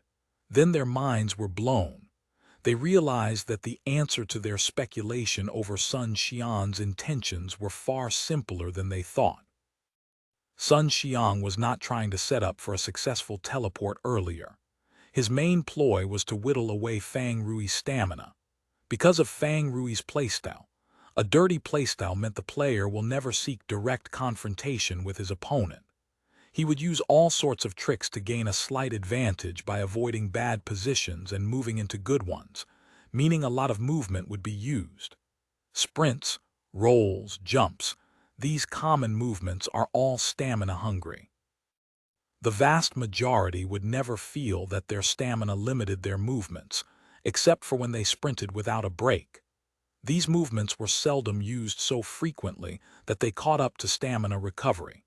Fang Rui's dirty playstyle would use these movements far more frequently than a normal player. Even so, his stamina had never limited his play. Stamina recovery was very quick, and it was usually more than enough to handle Fang Rui's pace of play. But in today's match, Sun Xiang and Fang Rui participated in a chase that wore down his stamina. Battle mages had slightly more stamina, but Chi masters spent slightly less. In the end, it was one autumn leaf who ran out first. Thus, Sun Xiang launched his attacks at that moment. Dragon breaks the ranks and teleportation were used in succession to let him get within melee range. Even though he didn't hit Boundless Sea, he managed to seize the initiative. Thus began the close combat attacks. Tang Rou dodged continuously, naturally using the dirty playstyle that he was so used to. After consecutive rolls and sprints, he managed to wear down all of one autumn leaf's stamina, while not having much left himself. As the circle swing came, Tang Rou had Boundless Sea forcefully cancel Cloud pushing Palm. A forced cancel was an action that expended stamina. Here, it finally depleted Boundless Sea's stamina. The next roll that was meant to dodge circle swing had not been executed because he was out of stamina. Stamina, which seemed to never run out in a real battle, was depleted by this intense pursuit. The high-paced battle that followed meant that his stamina could no longer sustain Tang Rou's dirty playstyle. If you were to say before that what everyone felt in Sun Xiang was a sense of growth, you could say that now that what everyone felt in Sun Xiang was a sense of formidability. He was no longer the kind to rely purely on superior technique and skill to overwhelm his opponent. He had started observing and analyzing his opponents. Tang Rou's dirty playstyle had brought years of misery and headaches to many pro players, but today, Sun Xiang actually found a way to completely suppress him. Even though stamina recovered quickly, Tang Rou's dirty playstyle also expended it quickly. When his stamina bar was near zero, the recovery really wasn't enough. Sun Xiang just needed to maintain a tight offensive to make Tang Rou constantly feel his stamina deficiency. Slam! Boundless Sea crashed into the ground after being swung around by circle swing. In these few moments, the pro players have already finished analyzing Tang Rou's predicament. The players who used to be on the receiving end of his dirty playstyle were getting a healthy dose of schadenfreude right now. When the dirty playing Tang Rou couldn't play dirty, then what would he do? Everyone was about to find out. Tyrant's destruction. One autumn leaf once again swept evil annihilation at Boundless Sea, who was currently flat on the ground. Boundless Sea rolled to dodge. Again, he used what little stamina had recovered in the last few moments. Dragon Tooth. Another attack followed closely. If it was the regular Tang Rou, he would roll once to dodge and roll again to end up on one autumn leaf's flank. But right now, he couldn't even roll consecutively. Boundless Sea's stamina bar flashed repeatedly as if someone installed a red blinker light under it. Chapter 1612, 1 second sandbag. Chapter 1612, 1 second sandbag. Translator. Namyami Editor. Namyami Sky Strike. Dragon Tooth followed by Sky Strike, a plain and simple battle mage combo. Sun Xiang didn't do anything fancy after sealing shut Tang Rou's dirty methods. He used this ordinary but very effective combo to knock Boundless Sea into the air. Seeing Boundless Sea launched tumbling into the air, Tang Rou's heart turned ice cold. Stamina. He had indeed overlooked this aspect. His playstyle was quite stamina-heavy, but over his 6 years of pro play, stamina had never been an issue for him. If you had no mana, you couldn't do anything. If you had no health, you would be dead. If you had no stamina, you just had to wait a bit for it to recover. It had always been this way. So it couldn't be said that Tang Rou had been careless. He had never thought that stamina would ever be an issue. However, in today's match, he hadn't been paying attention while his opponent had. The issue of stamina now limited what he could do. Sun Xiang. Tang Rou never had any rivalries with Sun Xiang. In Season 7, Sun Xiang had just been a rookie. In Season 8, he had joined Excellent Era mid-season and then was relegated alongside them. In Season 9, he had been in the Challenger League. Sun Xiang had never been a player that Tang Rou had particularly cared about. To Tang Rou, Sun Xiang was just another player competing in the pro scene. Up until this season, Fang Rui's professional career suddenly took a huge turn, and Sun Xiang brought one autumn leaf with him to Samsara. Because of the complicated relationship between Happy, Excellent Era, Yiziu, one autumn leaf, and so on, Sun Xiang became a rather special existence to Happy. Apart from him, the rest of Happy had played in the Challenger League. At that time, Mucheng had been Happy's enemy as well, but her relationship with Sun Xiang had always been quite unpleasant. Fang Rui quickly got along with the team. As a result, there was no way he would have a good impression of Sun Xiang. What's more, the two had fought 1v1 in the regular season, and at that time he had lost to Sun Xiang. Their next encounter was today in the finals. Happy had lost the first game. If they lost the second game, their run would be over. Fang Rui beat Du Ming, and he knew that his next opponent would be Sun Xiang. He didn't care who his opponent was. He would beat him. Happy still had a player left, but that didn't weaken his resolve. If he won, Happy would go into the team competition with a 2-point lead. As the away team, this 2-point lead would be very precious. Fang Rui had performed rather mediocre throughout the playoffs, and he really wanted to be useful to Happy. Starting from the previous round against Du Ming, he had been determined to win Happy this 2-point lead. But right now, Sun Xiang was suppressing him, using such an ordinary combo to send Boundless Sea spinning into the air. What am I doing? Fang Rui was angry not at Sun Xiang, but himself. Stamina had never been a problem for him before, so he had never considered that it could ever be won. Fang Rui was furious at himself for being so careless. But I haven't lost yet. He may be out of stamina, but stamina recovered quickly. It didn't matter if he was taking damage. As long as he didn't do anything that required stamina, it would continue to recover. Fang Rui stared closely at Boundless Sea's stamina bar. His health was dropping, but he couldn't care about that right now. What he needed was stamina, only stamina. His stamina was recovering bit by bit. Fang Rui felt like it was recovering at a snail's pace. In the past, he had never felt like he had to wait so long for his stamina to recover. How much stamina do I need? Fang Rui was calculating in his mind when Boundless Sea suddenly dropped down. He stopped the combo. Everyone was astonished. One Autumn Leaf's comboing had been perfect. He could have easily continued it. Why did he suddenly stop? A mistake. The people who thought that felt surprised because it would be a very low-level mistake. Boundless Sea fell towards the ground. Out of reflex, Fang Rui did a quick recover, but just when he was about to act, he stopped himself. So that's it. Fang Rui instantly figured out what Sun Xiang's motive was. Sun Xiang had intentionally broke off his combo because he wanted to keep him at 0 stamina. Juggling Boundless Sea in the air wouldn't be enough to kill him.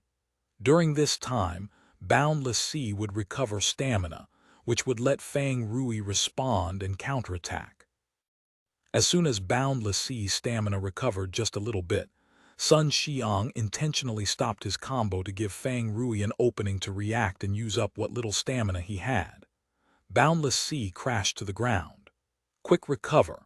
Usually, that was the right call, but if Boundless Sea used quick recover to get up, one Autumn Leaf would certainly be ready for him.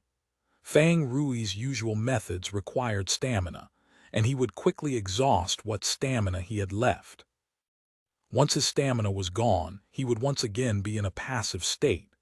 Then, once his stamina recovered a bit, Sun Xiang would give out another opening so he would use up his stamina.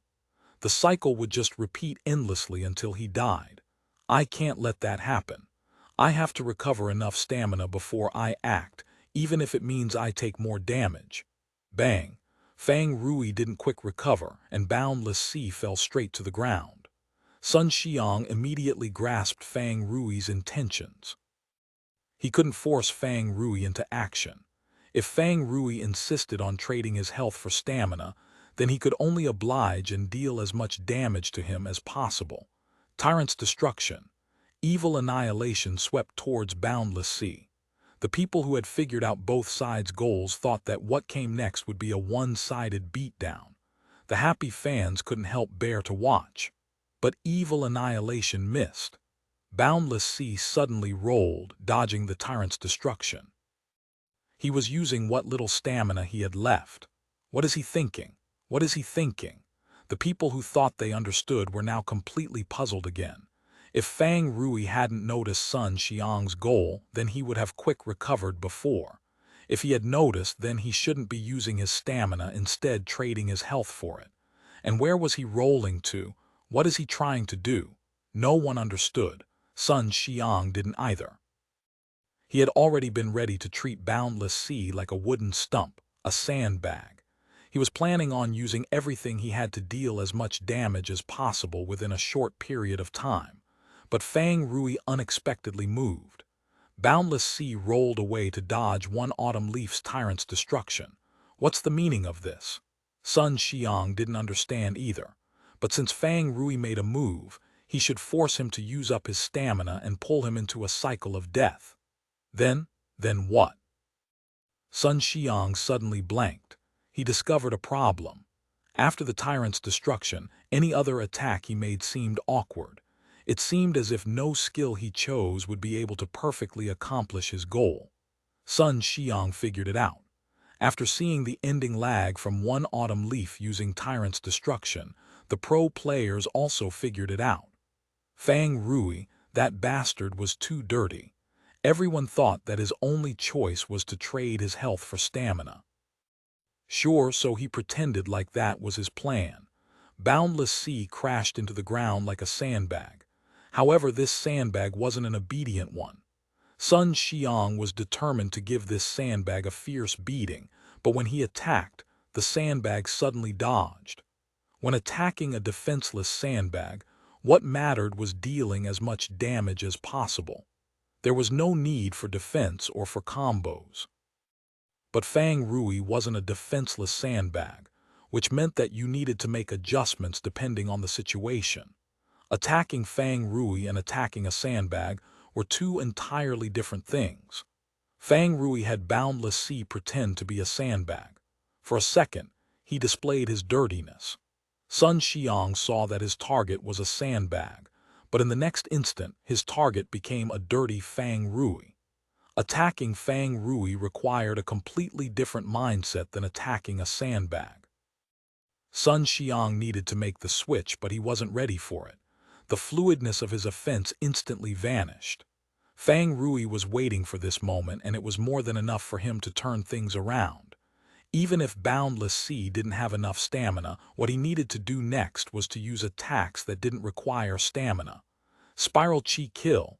He had narrowly escaped from a crisis. Recover stamina. That wasn't the goal. Tang Rou only had one goal: to win. Whether he had stamina or not, he needed to win. Chapter 1613. Forever Dirty. Chapter 1613. Forever Dirty. Translator. Namyami. Editor. Namyami. Air and Chi whirled together and blasted towards one autumn leaf. Sun Xiang realized that he had been wrong. He had thought too little of Tang Rou. Whether it was thinking of him as a sandbag or attempting to force Boundless Sea to use mana, he had completely overlooked the possibility that Tang Rou could counterattack. After his tyrant's destruction was dodged, he lost control of the tempo. Immediately switching to a defensive stance would be his best option, but he had forgotten that Tang Rou could be an offensive threat. Boundless Sea didn't have any stamina, but that didn't mean his skills were all on cooldown. Spiral Chi Kill. Not a single bit of chi was wasted. All of it struck one autumn leaf's chest. The powerful twisting force of the chi warped one autumn leaf's leather armor. Team Happy's characters couldn't compare to characters on other teams, especially those on top teams. Even Lord Grimm was no exception. It was mainly his transforming weapon and unspecialized that made things troublesome. In terms of actual stats, Lord Grimm had no class advancement bonuses or armor proficiencies.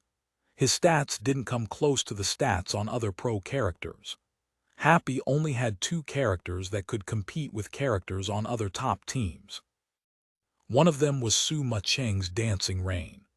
When the level cap was raised to level 75, Excellent Era hadn't given Dancing Rain their full support. However, after transferring to Happy, that gap was quickly mended. For one, the leader of Happy's R&D team, Guan Rongfei, had come from Excellent Era, so he was already very familiar with Dancing Rain. In addition, while Happy's low-end material reserves couldn't compare to other top guilds, they had accumulated quite a lot of high-end materials during Yiziu's time playing in the game. Dancing Rain's equipment was upgraded from level 70 to level 75, and most of the materials were level 75 materials. Everyone had started the race for these materials at the same time.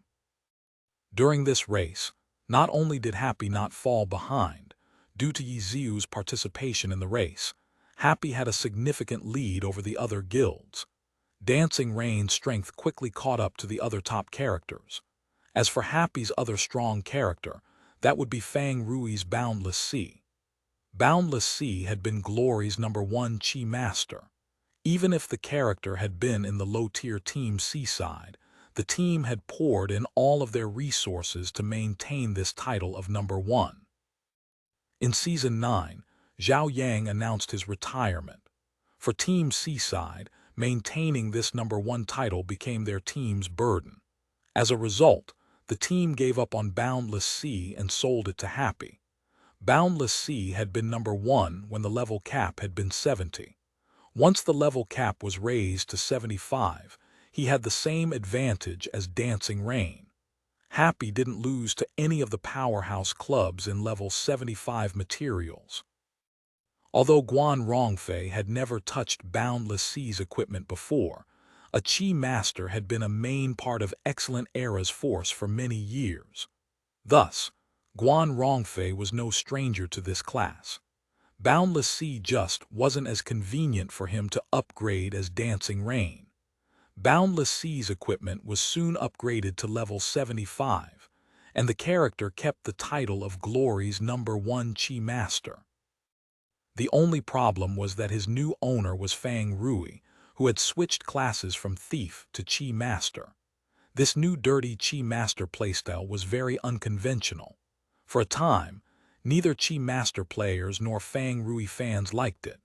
Boundless Sea falling out from the All-Star roster was unrelated to its stats. Boundless Sea was not weak, not even close. This was another big reason for why Tang Rou was very concerned with his performance in the playoffs. He was Happy's highest-paid player and he possessed one of Happy's strongest characters, but his performance in the playoffs was only so-so. He felt like he wasn't living up to his pay or his character. I have to win. Tang Rou's desire to win had never been stronger. The powerful Boundless Sea fired an enormous blast of chi towards one autumn leaf, towards the Battle God. At its peak, the Battle God had stood at the top of Glory, overlooking everyone else. Go! The whirling chi scattered. One autumn leaf's leather armor looked as if it was about to warp. The hair on his head rippled from the intense winds. Spiral chi kill. Depending on how the chi was used, the attack would have different effects. If the chi rotated clockwise, it would send the target flying. If the chi rotate counterclockwise, it would suck in the target. The spiraling chi was whirling counterclockwise. Tang Rou didn't want to send one autumn leaf flying away because he wanted to win. Boundless Sea had enough stamina now, but he didn't need it. He just needed to get close and attack with all his might, pouring out as much chi as possible into one autumn leaf. The spinning force from Spiral Chi Kill locked one autumn leaf into place. As soon as it dispersed, Boundless Sea fired out another blast of chi with his other hand. Flash Burst. Another powerful attack. The chi violently surged around one autumn leaf as if it were trying to rip him apart. Taking advantage of the fact that one autumn leaf was stunned, Boundless Sea retracted his other hand and pointed with his 2 fingers, gathering chi around them. Pulse Break. Break Intelligence. Battle mages were considered mages. Their strength stat was higher than other mages, but their intelligence wasn't low either. Due to their leather armor proficiency, their equipment would usually have bonus strength and intelligence. Battle mages had high intelligence, and the battle god One Autumn Leaf would be on an even higher level. Facing the killing power of another top character, Boundless Sea, One Autumn Leaf's intelligence decreased the damage from the chi attack by a considerable degree. After all, chi attacks were considered magic attacks. However, Tang Rou seized this opportunity to use Pulse Break, lowering One Autumn Leaf's intelligence by a large amount, which in turn would lower One Autumn Leaf's magic resistance. Boom, boom, boom. Explosions one after the other. Tang Rou was planning on using all of his Chi Master's instant Chi attacks. Right now, he didn't care about cycling through his skills. Chi continued to flood into One Autumn Leaf's body and explode. The shockwaves produced were more powerful than what any other class could create. This dirty Chi Master wasn't holding anything back, attacking with a reckless violence. Because I'm going to win. Spiral Chi Rush. The roaring Chi carried along Boundless Sea, pushing One Autumn Leaf forward. After this spiral Chi rush, he would have to gather Chi for his other skills. It was time for the finishing move. Qigong Blast.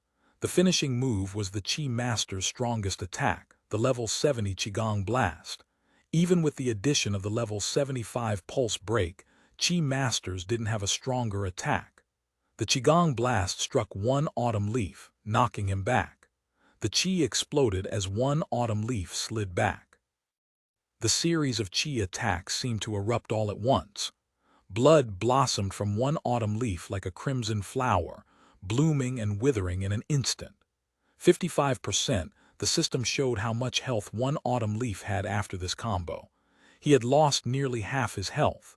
Fierce and aggressive. The crowd could feel their blood racing as they watched Boundless Sea's wave of attacks. It was almost hard to believe that this was being done by that dirty Tang Rou. But after the wave passed, it was hard not to be worried. He had used all of his instant cast skills. Although the combo had been immensely satisfying, it would likely be very difficult for him to hold off One Autumn Leaf's counterattack with his other skills that had cast times. They quickly discovered that they had been too worried. They unexpectedly forgot that the player who performed this crazy combo was Tang Rou, that dirty Tang Rou. Boundless Sea had recovered quite a bit of stamina during that combo. The dirty Tang Rou was back. Roll, climb. When Sun Xiang's One Autumn Leaf counterattacked, Tang Rui's Boundless Sea began playing dirty again, sneaking around and scurrying about like a thief. Dodging, not running. Tang Rou patiently kited around Sun Xiang. Whenever there was an opening, he would harass him using fast, low-level skills. Chi Bullet. The cast time was extremely fast. It was practically no different from an instant cast. The Chi Bullet went straight for the eyes, blocking Sun Xiang's view. Tang Rou had used this trick who knew how many times. It didn't create any particularly good opportunities, but Tang Rou never got tired of it. Countercurrent. A knock-up skill used when his back was turned away. One Autumn Leaf narrowly walked right into it. Chi Blade. When you lost sight of Boundless Sea's hands, you didn't need to think about where he was hiding them. 9 times out of 10, what came next would be a Chi Blade. But you also had to be careful. Sometimes when he hid his palms, what came out wouldn't be a Chi Blade but a cloud-pushing palm. Sun Xiang had fallen for it many times and was hit by the cloud-pushing palm. The damage wasn't much, but he would be sent flying back. Endless tricks and endless hidden attacks. It was annoying, frustrating, and nauseating. Many players in the pro player group felt triggered recalling these unpleasant memories. It had happened when Tang Rou was a thief and when he was a Chi Master. Times had changed, but Tang Rui's dirtiness never would. Even if he seemed heroic and flashy in the next moment, he would be dirty again. He never disappointed. Sun Xiang was a young player, one who had been extremely arrogant. This sort of player was the easiest to tilt, but today he had held back his emotions. After Boundless Sea knocked him down to 55% health, He told himself not to think about Tang Rou's battle. Right now, beating Fang Rui and keeping 1 point for Samsara was much more urgent. Winning the next round might not even happen at this rate. He needed to give everything he had to win the current one. Keep calm and search for an opening. Sun Xiang sucked in a deep breath. He calmed himself down and carefully contended with Fang Rui. However, constantly telling himself to stay calm was also a form of distraction. Seeing the careful one autumn leaf, Fang Rui seemed to see victory waving her hands at him. People who played cautiously would always be thinking more things. However, Sun Xiang wasn't that type of player. Even if he knew that it wasn't his strong point, even if he was purposefully telling himself to be careful, Sun Xiang was Sun Xiang. He wasn't Zhang Xinji. It was a crucial moment, and Sun Xiang wasn't doing what he was best at. In Fang Rui's eyes, it wasn't wise.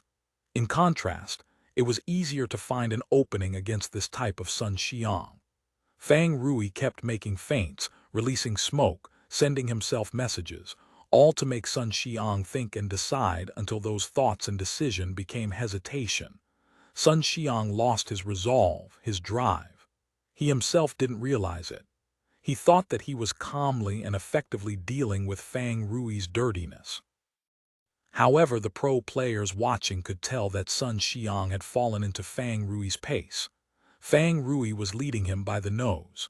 He was waiting for Fang Rui to let out an opening, but he didn't know that Fang Rui was gifting him the opening. This gift definitely wasn't candy either, but poison wrapped in sugar. "I'm coming." Sun Xiang's eyes lit up. He had been patiently waiting for this opening for a long time. Finally, it was time to harvest the fruits of his labor. Charge. One autumn leaf charged towards that lie of an opening. "Let's get ready for the team competition," Samsara's Jiang Batao sighed. Victory had been decided. Group Arena Happy 5-3. Chapter 1614 Historic Team Competition. Chapter 1614 Historic Team Competition. Translator, Namiyami. Editor, Namiyami. We won, 5-3. Chen Gu was excited. Although the match wasn't over yet, they had a 2-point lead going into the team competition. It was an incredible result, especially since this was Samsara's home stadium. Samsara had clearly practiced with the map, Dripstone Cave, and put it to good use, yet Happy had still been able to win 5-3. It was definitely worthy of being happy about. Everyone knew the importance of this 2-point lead. The fans in the away team seats started cheering loudly, while the home stadium Samsara fans were disappointed. Today's group arena had been vexing. Their captain, Zhou Zekai, lost in the first round, putting everyone in low spirits. Jiang Batao was able to bring things back, but Lu Boyuan lost disastrously. Du Ming's exceptional playing made them overjoyed, but their spirits were immediately dampened by the dirty Fang Rui. Then, Samsara only had Sun Xiang left. Their hopes of winning the group arena were rather low at this point, but Sun Xiang's confidence made them think again. But the result? Everyone had been hopeful, but in the end, Sun Xiang wasn't able to beat even a single opponent.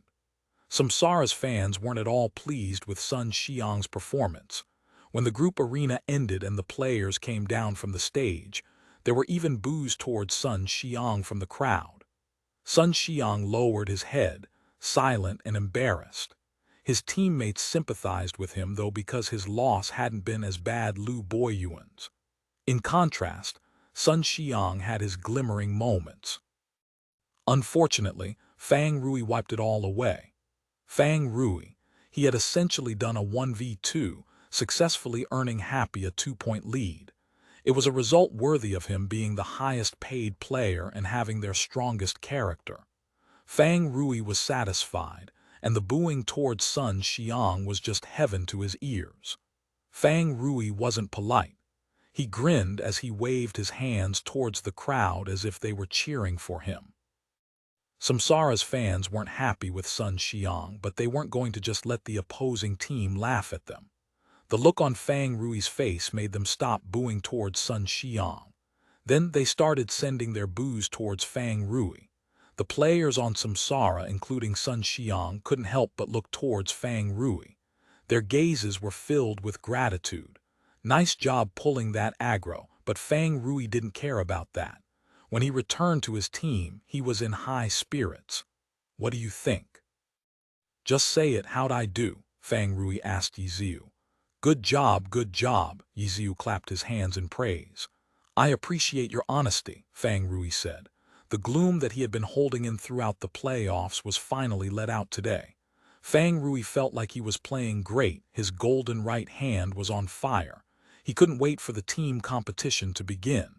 He couldn't help but look towards Samsara, but they noticed him and immediately looked at him with hostility. Where's that cup of water? Hand it over to him to cool off, Yiziu called out. Fang Rui had asked Mucheng for the water when he went to the stage. After Mucheng got back, she really did get him a cup of water. After Fang Rui got it, it seemed that he had forgotten about what he had asked for because he immediately gulped it down in one go. The water's still hot, Fang Rui yelled. Have you guys heard the story Warm Wine, the Killing of Mucheng? We've heard of it. Let's talk about the match, Yiziu quickly replied. Okay, the match, Fang Rui calmed himself down. He didn't let the joy get to his head. He was the master of playing dirty, an expert at switching up the pace, no. The two teams didn't return to their prep rooms. They stayed at their seats, discussing the upcoming team competition. A while later, the referee called for the two teams. The lineup for the team competition had been decided beforehand, which the large screen in the stadium displayed for the audience to see. Team Happy, Yiziu, Mucheng, Fang Rui, Kaio Yifan, and Wenyi Steamed Bun. Team Samsara, Zhou Zekai, Jiang Batao, Sun Xiang, Lu Boyu, and Fang Minghua Du Ming. There were some small adjustments to the lineup compared to their first game. On Happy's side, Tang Rou wasn't playing in the team competition. Kaio Yifan took her place. On Samsara's side, their assassin Wu Qi was on the bench, while Du Ming was the sixth player. Every player hoped to be a part of the participating lineup, especially on a grand stage like the finals. Du Ming's position in Samsara wasn't as stable as a core player's. Being able to play in the team competition in the finals was a rare opportunity. Even so, Du Ming couldn't help but hope for a bit more, but after seeing that Happy's lineup didn't include Tang Rou, his hopes were immediately extinguished. How unlucky! Du Ming really wanted to let out a sigh, but he suddenly noticed that his teammates were looking at him and hastily swallowed his sigh. It's just not right. It was a rare opportunity for him to play, but he was still a bit sad about it.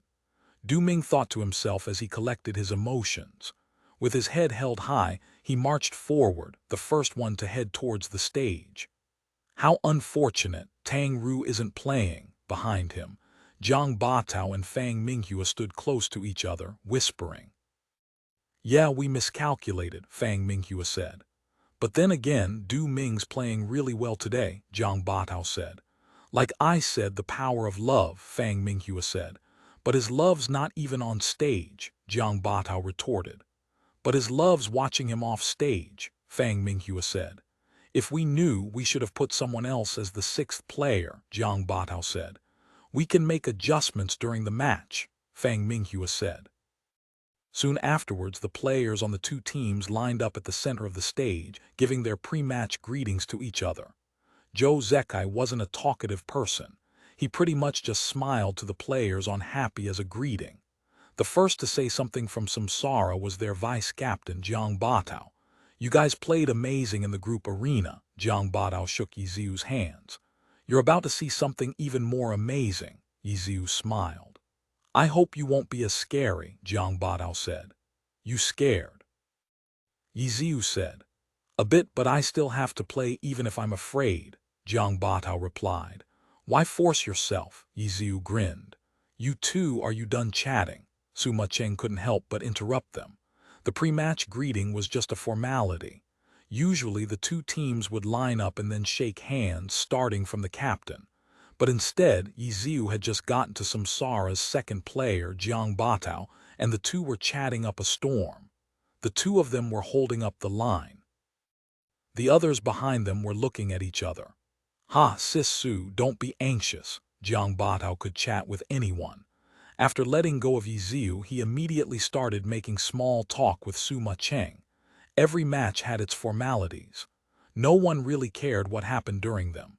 Soon, the two sides finished their greetings, and under directions from the referee, each side went to their respective player booths.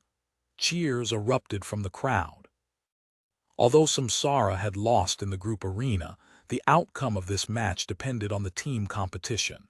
It was very common to see a team win a team competition by more than 2 points. As a result, neither Team Samsara nor their fans were too worried. Who cares if we're losing by 2 points? As long as we gain it back in the team competition, it's fine. If we gain the points back, we win today's match and the finals. We'll be the champions. It'll be the start of a new reign. A historic moment could happen today, giving Samsara's players and their fans endless motivation.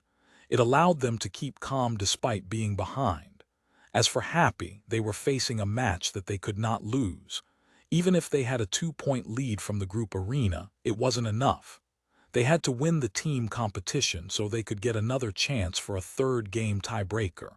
If not, their journey this season would be over. No one on Happy wanted to see this outcome.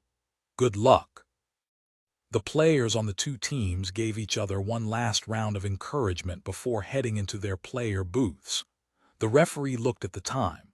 For this potentially historic match, everything needed to be handled perfectly. Time was ticking.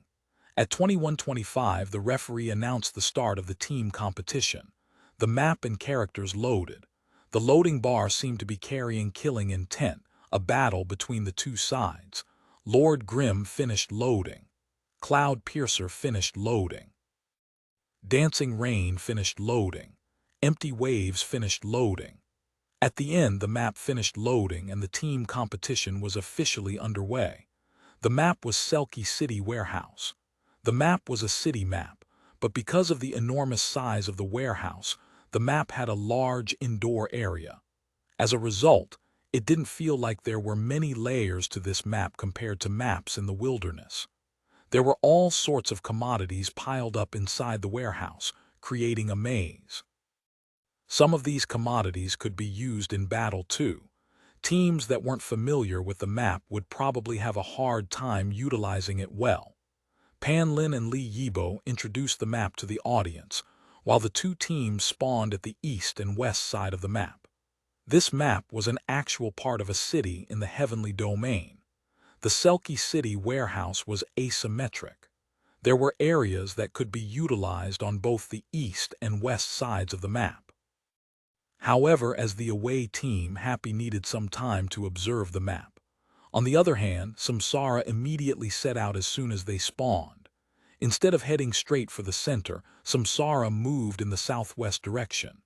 At the top of the warehouse in the southwest area, there was a tall chimney which was the highest point in the map. Samsara was heading towards it. However, the chimney was actually closer to Happy's spawn point, and it was quite conspicuous too. Happy quickly noticed it. Chapter 16:15 High Ground Chapter 16:15 High Ground Translator, Namyami Editor, Namyami High Ground. Obvious. The communication going on in Happy's chat was short and concise. Su Mucheng had asked about the high ground. It was common knowledge that launchers with the high ground could more easily provide support to the team. The height of the chimney was neither too high nor too low. It was the perfect height for a launcher. If a launcher player saw this high ground and didn't have any thoughts about it, then the player wasn't suited to be a launcher. But Yiziu quickly replied back with an obvious. The chimney was easy to notice. Samsara knew what Happy's team composition looked like. Samsara had also chosen this map, so how could not know what the chimney meant for Happy? Since they knew, why would they choose this map if it gave their opponent an advantage? It was unlikely. This obvious advantage was more likely to be bait. Closer, Tang Rou quickly typed. He judged that they were closer to the chimney than Samsara was. Happy could take advantage of this fact. If Samsara had left the chimney there as bait, then they must have a method to deal with a launcher holding the high ground. What was that method? Check, Yiziu ordered. Happy set out. Their destination was the high ground. A total of 5 words had been said, but it was enough for them to get the message across. Even the average viewer could understand Happy's intentions from these 5 words. The high ground is bait, so don't rush over. Instead, check how Samsara plans on dealing with it and then search for an opening. The team advanced. Yiziu's Lord Grim moved faster than the others, leaving the team behind. He planned on scouting ahead by himself. Happy had the advantage in distance, and Yiziu had left the team to operate on his own. With Yiziu's experience, even if he wasn't too familiar with this map, he would likely find the key to this map soon. However, the viewers who could see everything saw Yiziu's movements and started lighting candles for him. Because Samsara had also split up to get there as fast as possible. It wasn't just one person either, but 3. Zhou Zekai, Cloud Piercer. Sun Xiang, One Autumn Leaf. Jiang Batao, Empty Waves. The 3 characters were in a triangular formation. After setting out from their spawn point, the other 2 were left behind. Lu Boyuan's chaotic Cloudy Mountain was left behind to protect Fang Minghua's cleric, Laughing Song. Happy didn't rush towards this obvious high point rashly. However, their caution approach was within Samsara's calculations. They had predicted that Happy would send someone to scout ahead, so they sent out their trio as a counter. Was Yiziu's Lord Grim going to be killed in one go, just like this? The broadcast showed a bird's-eye view of the map. 4 blinking lights were quickly moving towards the chimney. Yiziu was holding nothing back though, using whatever movement skills he had on him. As a result, even though Samsara had left their healer behind to rush over, their speed couldn't compare to Lord Grim's.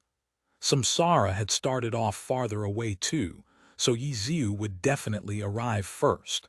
The question was how long he would stay around. The blinking indicators grew nearer and nearer towards the storeroom with the chimney on top. Selkie City warehouse was composed of numerous large, medium, and small storerooms. This storeroom was a small one. It was no more than 3 meters tall. Even so, it wasn't a height that a character could make in a single jump. However, this height wasn't a problem for Yiziu. Rotor Wings and his umbrella's ninjato form could easily overcome 3 meters. Lord Grim had transformed his myriad manifestations umbrella into its ninjato form. After 2 jumps, Lord Grim climbed onto the roof of the storeroom. The chimney was already in sight. It looked to be around 15 meters tall. Along with the storeroom's height itself, it was approaching 20 meters. It was indeed a very suitable location for a launcher. With a distance and movement speed advantage, it was impossible for Samsara to have arrived there before him. Lord Grim rushed straight for the chimney.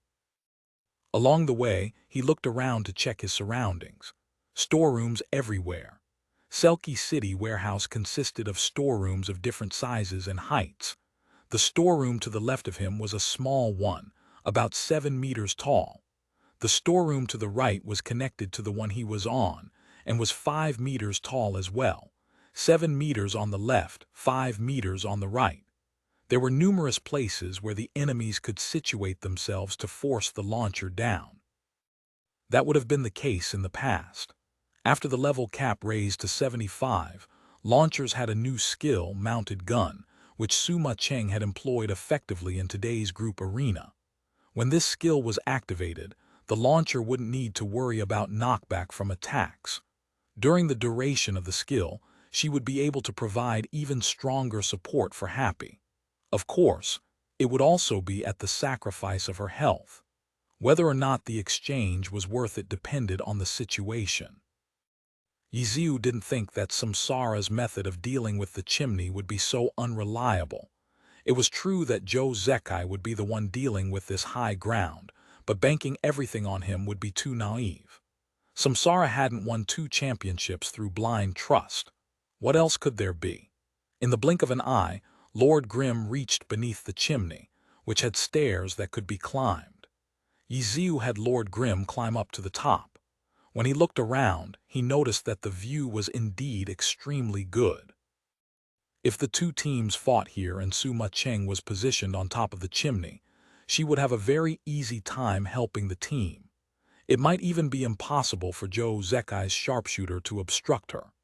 If before, Yiziu had felt like it depended on the circumstances, then now, after getting an understanding of how effective this high ground was, Yiziu felt like having support from up here would improve Happy's chances of winning a fight enormously.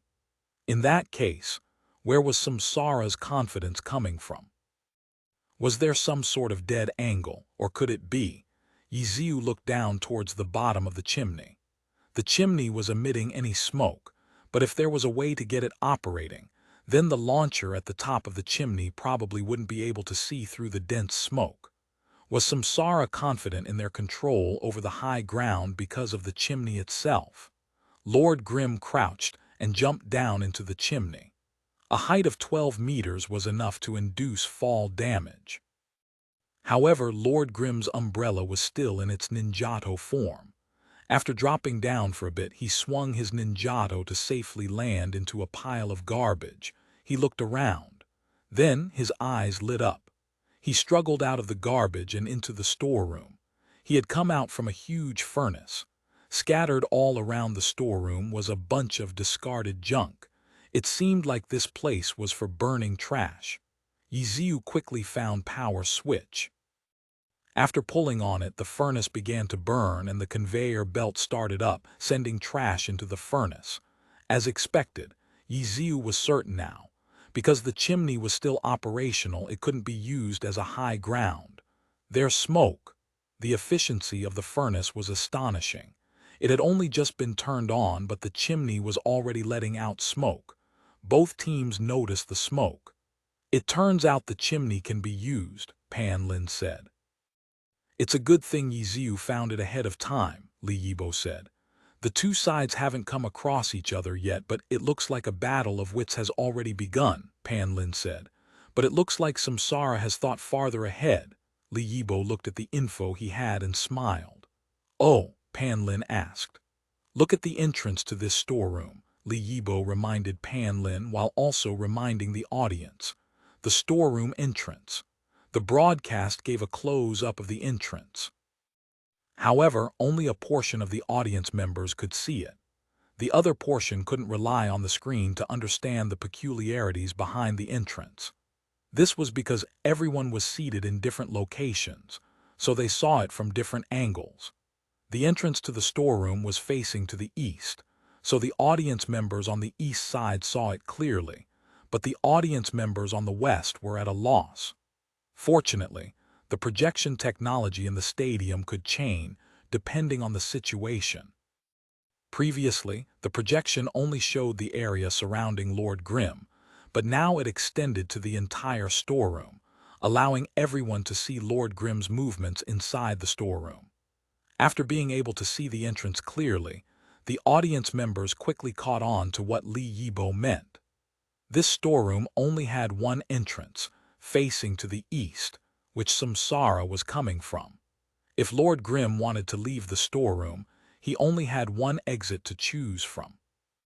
But Samsara's trio was getting closer and closer to this entrance. They could stop Lord Grim from coming out. The smoke coming from the chimney was a signal to them to rush in, but they didn't see Lord Grim. After Yiziu looked around the storeroom, he had noticed that the entrance was facing east and immediately realized the problem. Thus, he didn't go towards the entrance and instead turned off the furnace.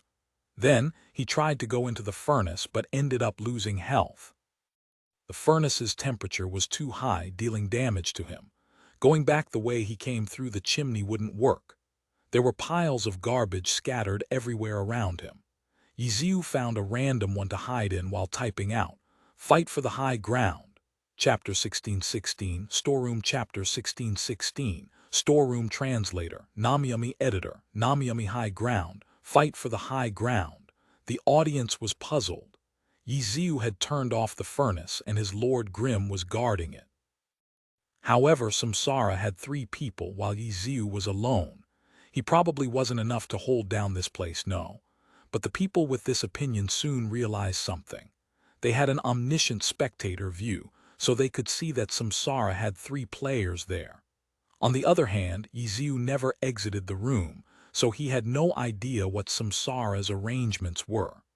As a result, his order to fight for the high ground was actually a good decision.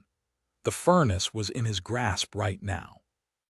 Even if he discovered that 3 people had come and he couldn't defend the furnace, it wouldn't be too late for him to tell Mucheng to give up on the high ground. Happy's other 4 players were approaching. After receiving Yiziu's message, Mucheng's dancing rain immediately sped up. She left the team behind and rushed towards the storeroom. The storeroom entrance. Zhou Zekai, Jiang Batao, and Sun Xiang had surrounded the entrance, but they didn't see any enemies. Zhou Zekai's cloud piercer was standing farther back because he was long-ranged. As a result, he could see the top of the chimney. He quickly noticed that the smoke was gradually getting sparser. "Turned off," he typed in the team chat. The others immediately understood that the furnace had been turned off. Turned off.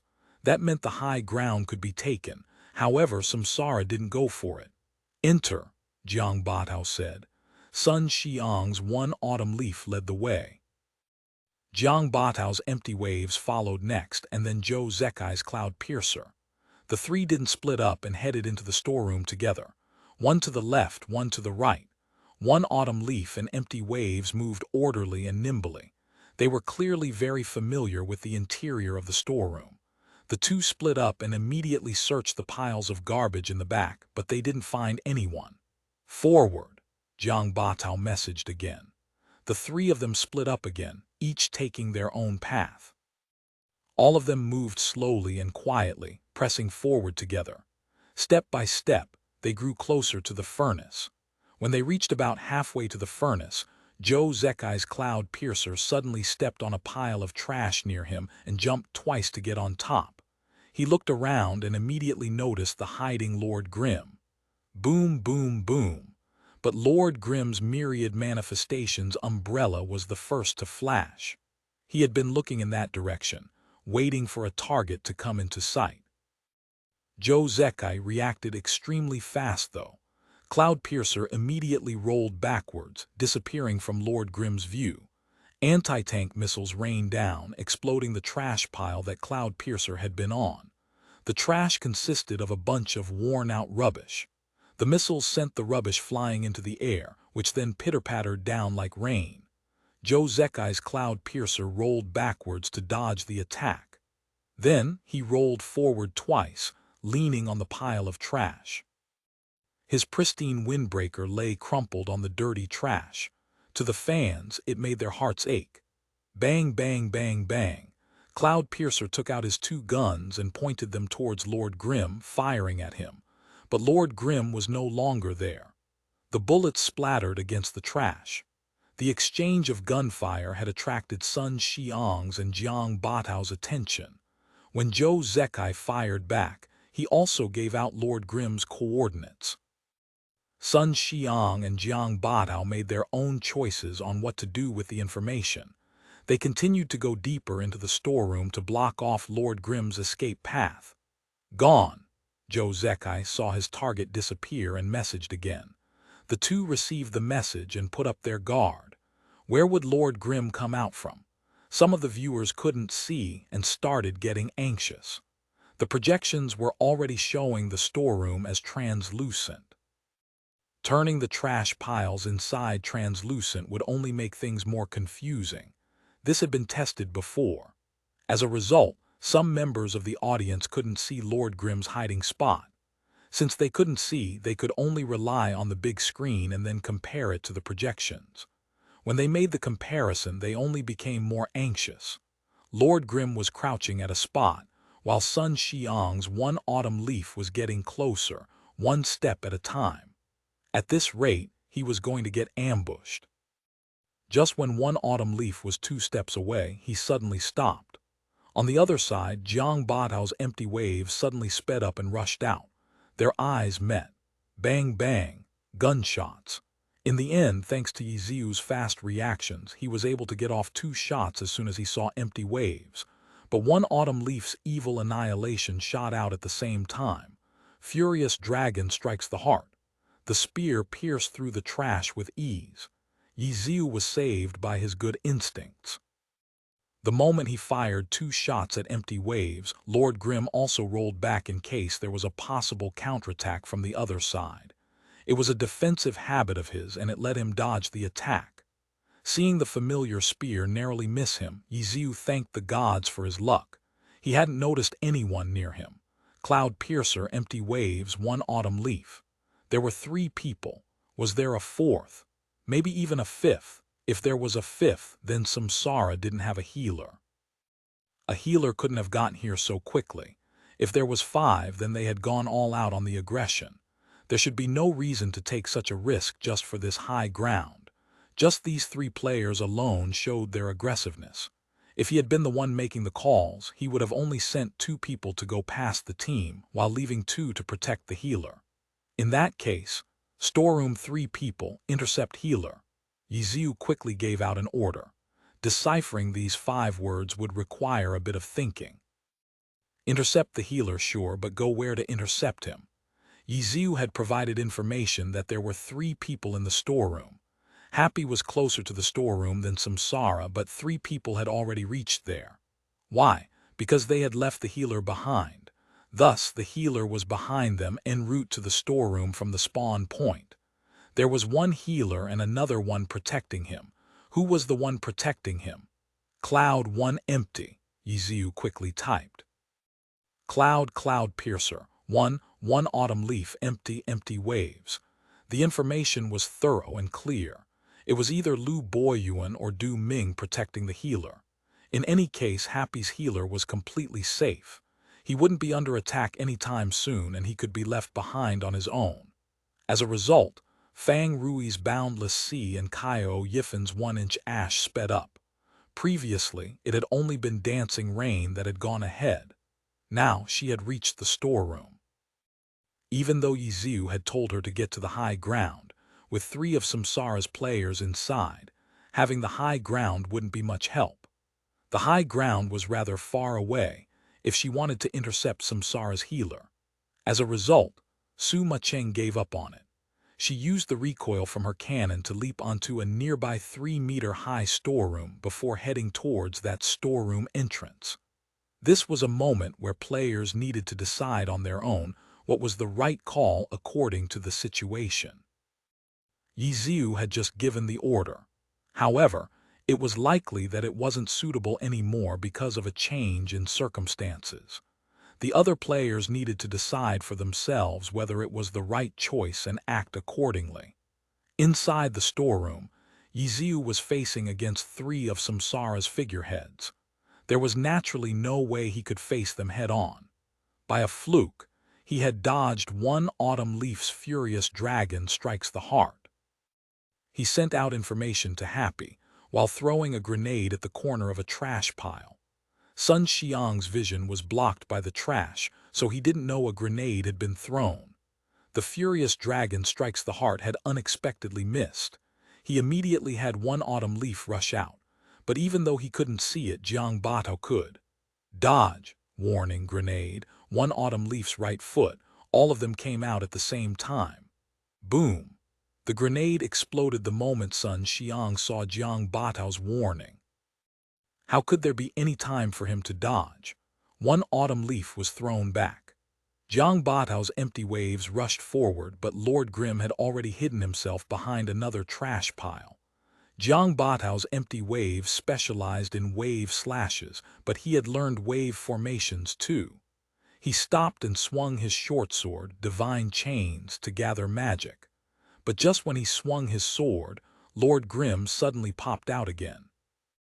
Yiziu had predicted that Jiang Batao would set down a wave formation, so he came out to interrupt it. Jiang Batao smirked. You predicted what I would do, but I predicted that you would predict what I would do. Divine Chains chopped downwards. It wasn't a wave formation, but a ghost slash. The emblematic purple light of the ghost god crackled as it passed through the air. This slash wasn't towards Lord Grim, but rather to the right a bit, towards the pile of trash that he was hiding behind. Yiziu saw that the attack would miss, but he didn't capitalize on it. Lord Grim immediately jumped back. The ghost slash fell and sliced through the pile of trash. The pile of trash instantly crumbled. If Yiziu hadn't jumped back, the trash would have swallowed him. Tricky. Lord Grim turned around to run. Yiziu didn't forget to leave a bit of trash talk for Jiang Batao. One reason was to taunt at Jiang Batao, the other was to notify his teammates that he could handle the current situation. If not, he wouldn't have taunted Jiang Batao and asked for help instead. He turned around and ran away again. Yiziu tried his best to keep Lord Grim as low as possible. This slimy crawling and rolling gave the audience a sense of déjà vu. This was clearly how Tang Rou moved. What can't this guy do? Zhang Jiao couldn't help but sigh from the spectator stands. He had known Yiziu for 9 years, and he knew that his title as the Glory textbook wasn't just for show. Yiziu had innovated many of the playstyles and techniques used in Glory, but not everything. For example, Zhang Jiao's 100 Blossom style or Tang Rui's dirty playstyle, those were all their own original creations. These became their symbolic playstyles, but that didn't mean that they were the only ones who could do them. People could learn. But Yiziu used to be a battle mage, not a spitfire or a thief, yet he seemed to have grasped these playstyles too. Then he used his understanding of them to find their weaknesses. There was no one more annoying than him. They have 3 people and they can't deal with him. Fight my ass, Huang Xiaoshan shouted. The pro players were getting worked up as if something had hit a nerve. Chapter 1617, 1v3 Chapter 1617, 1v3 Translator, Namiyami Editor. Namiyami, Jiang Badao's empty waves stepped on the trash that he had just struck down with Ghost Slash in pursuit of Lord Grim. Sun Xiang's one autumn leaf continued forward, hoping to pincer Lord Grim with Jiang Badao's empty waves. At the same time, Zhou Zekai's Cloud Piercer continued to head over from atop the trash piles. Despite having the higher ground, he couldn't see any sign of Lord Grim. Yiziu had used Tang Rui's shameless crouching position to move and prevent Zhou Zekai seeing him from above. However, this map was still Samsara's map. Though they might not be able to see Lord Grim, the 3 from Samsara had an idea of where he was heading from the direction he had run in. Jiang Badao on the left, Sun Xiang on the right, and Zhou Zekai above. Samsara wasn't just doing a pincer from 2 sides but closing in from 3 different directions. Here, Jiang Ba and Sun Xiang had the same thought as the 2's characters closed in at the same pace. Once they both got to the corner, they glanced over at Cloud Piercer above. Great! Cloud Piercer had managed to keep up with their pace as well, taking the high ground and surrounding Lord Grim from 3 sides. Earthwave Slash, Tyrant's Destruction. One swung out from Empty Waves, Shortsword Divine Chain, while the other swept from one Autumn Leaf Spear Evil Annihilation forwards. As soon as Empty Waves and one Autumn Leaf charged out from this corner, they were already using their attacks to defend themselves and guard against the possibility of Yiziu lying in wait to ambush them. However, the 2 had overthought things. Yiziu's Lord Grim wasn't there, waiting in ambush. Instead, he continued forward crouched. That was when one Autumn Leaf's Tyrant's Destruction swept out, blocking his path. Turning around, he saw Empty Waves' Earthquake Sword fly at him, sending trash flying. Above came the sound of Cloud Piercer landing on the trash heap. Lord Grim jumped back. After dodging the Earthquake Sword and twisting his body as he did so, Lord Grim attempted to climb up the trash heap behind him. However, Jiang Batao had been anticipating this. Empty Wave's Divine Chain flicked up, and a light wave sword cut off Lord Grim's plan before he had a chance to enact it. Sun Xiang's one Autumn Leaf was already approaching and saw Lord Grim rapidly form hand seals. Shadow Clone Technique, Sun Xiang immediately thought. One Autumn Leaf stopped his approach, quickly turning to look around. No one was there. He quickly turned back, but there was still no one there. What on earth? Sun Xiang was shocked, but then heard a noise from above. Underground tunneling technique. Yiziu had actually made Lord Grimm use a different ninja technique, burrowing underground. Yet when he reappeared, he had surprisingly done so at the top of the trash heap. Zhou Zekai's position hadn't given him a good enough view to see Lord Grimm, so he didn't know what the other was doing. Lord Grimm erupted from the trash heap right in front of him, ninjato striking. Luckily, while Zhou Zekai didn't know Lord Grimm's exact position from above, Yiziu wasn't certain of Cloud Piercer's position either. His underground tunneling technique had sent him right in front of Cloud Piercer, and a little ways away as well. This gave Zhou Zekai enough time to react. Cloud Piercer quickly jumped back, dodging Lord Grimm's imperfect strike. His dual revolvers glinted in the light, shattered frost and wildfire, their mouths dark before gunfire sprung from them as one. Bang, bang, bang, bullets flew. With only 2 steps between them, they were certain to hit. Lord Grimm was shot, but no blood appeared, his form suddenly dissolving like a broken shadow. Shadow clone technique. Whoosh!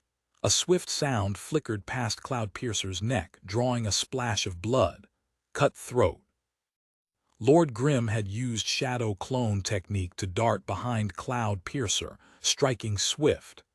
Next, the myriad manifestations umbrella folded into 2 parts, turning into tonfas.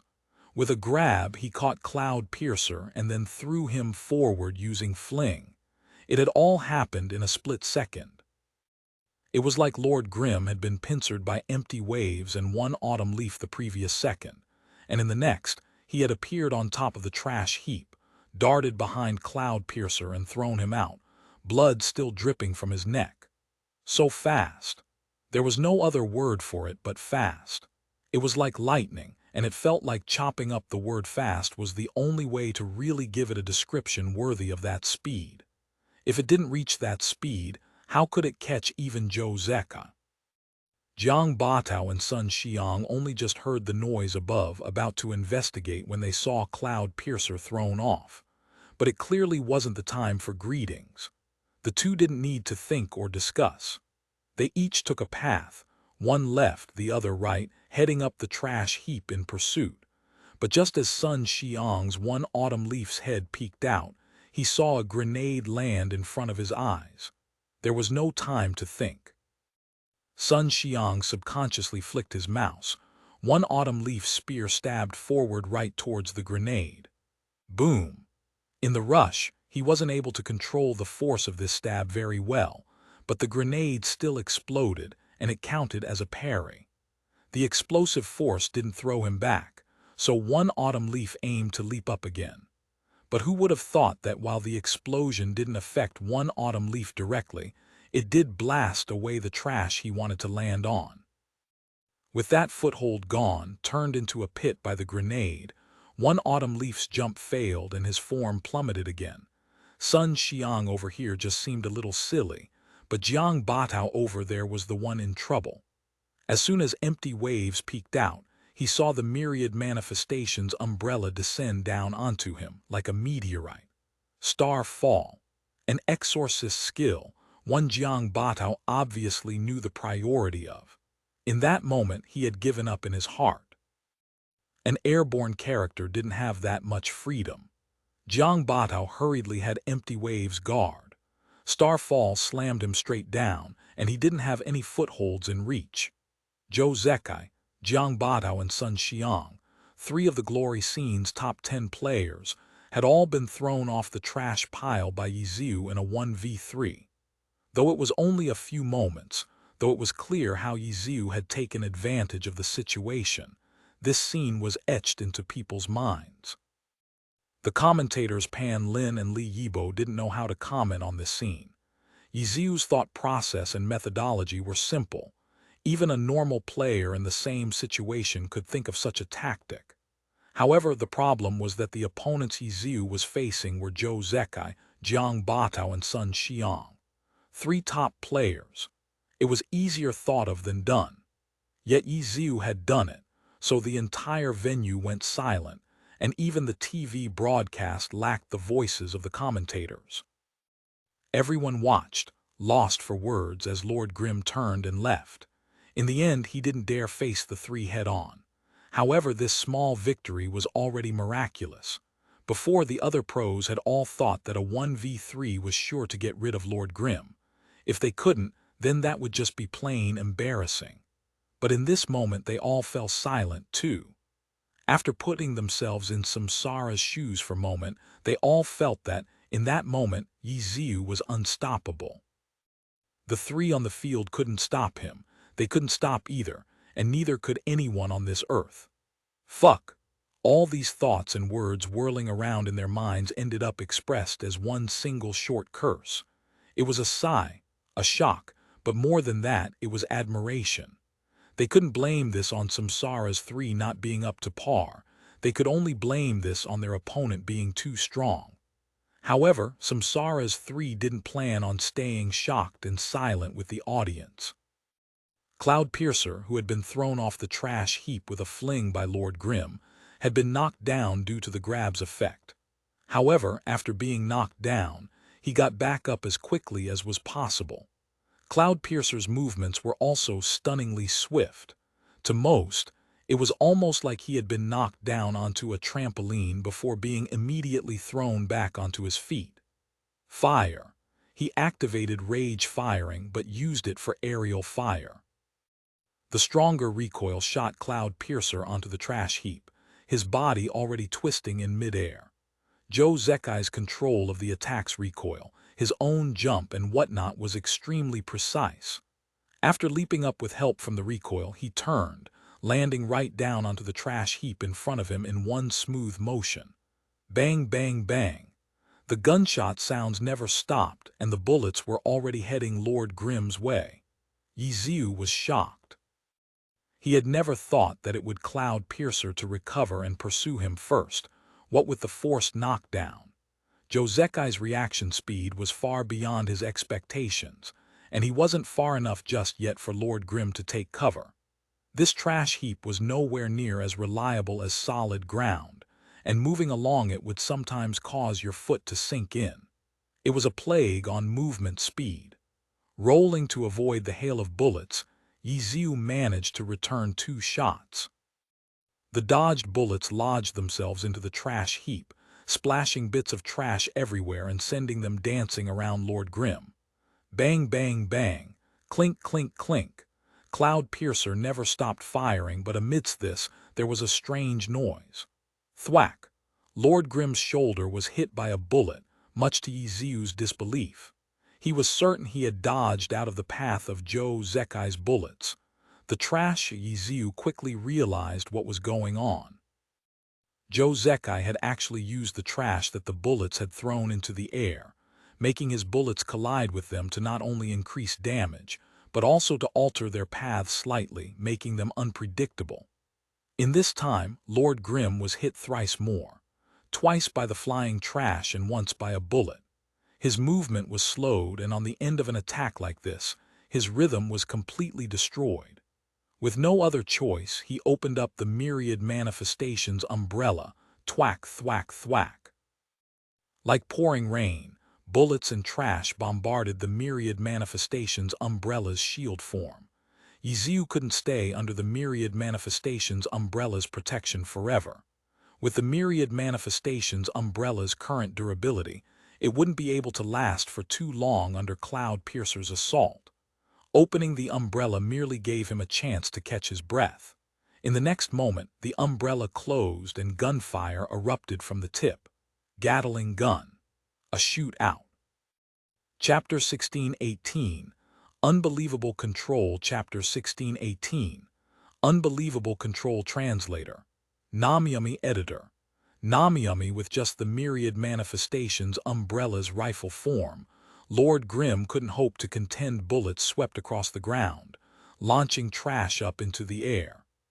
Joe Zekai's Cloudpiercer moved to the side to dodge, but all he could see was trash flying around everywhere. The bullets chasing after him began colliding with the airborne trash as well, making it difficult for Joe Zekai to figure out their trajectories. He could only do what Yiziu did before, keep Cloud Piercer moving and try to get as far away as possible from the chaos. The two fired at each other, getting hit by each other's attacks. Blood, bullets, trash.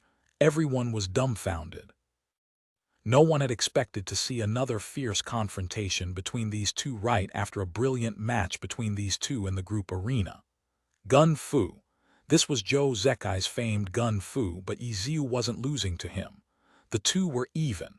The broadcast provided a slow-mo of the battle for everyone to enjoy. With the speed slowed down, the viewers could see how the bullets were bouncing off the trash, allowing them to realize that there was another layer to the fight. This is Delivery Gun. After watching the slow-mo, Pan Lin was able to see everything clearly, but he wasn't certain what exactly he was seeing. This is. Li Yibo's voice was filled with uncertainty as well, because he had never seen anything like this before. Delivery gun was a technique, where the gunner used the knockback from bullets to send the target to the desired location. Zhou Zekai had once used delivery gun to juggle a character to death in the air as part of an exhibition match. Even today, this play was still widely discussed. Of course, an exhibition match was completely different from a competitive match. Zhou Zekai had never performed it in an official match. Oftentimes, delivery gun was used in the team competition to control where the target landed. By pairing it with the grabs from Lu Boyuan's grappler, it was a very powerful control tool. When talking about delivery gun, it was impossible not to mention Yiziu because he was the one who had developed the technique. Although to many people, it sounded more like a legend than a fact. Most people couldn't wrap their heads around how he could have developed delivery gun. From what they knew about him, he had always been a battle mage player. Nowadays, many of the glory players didn't know the history behind the technique. When they heard delivery gun, their first thought would be Zhou Zekai. Li Yibo had come from an older generation.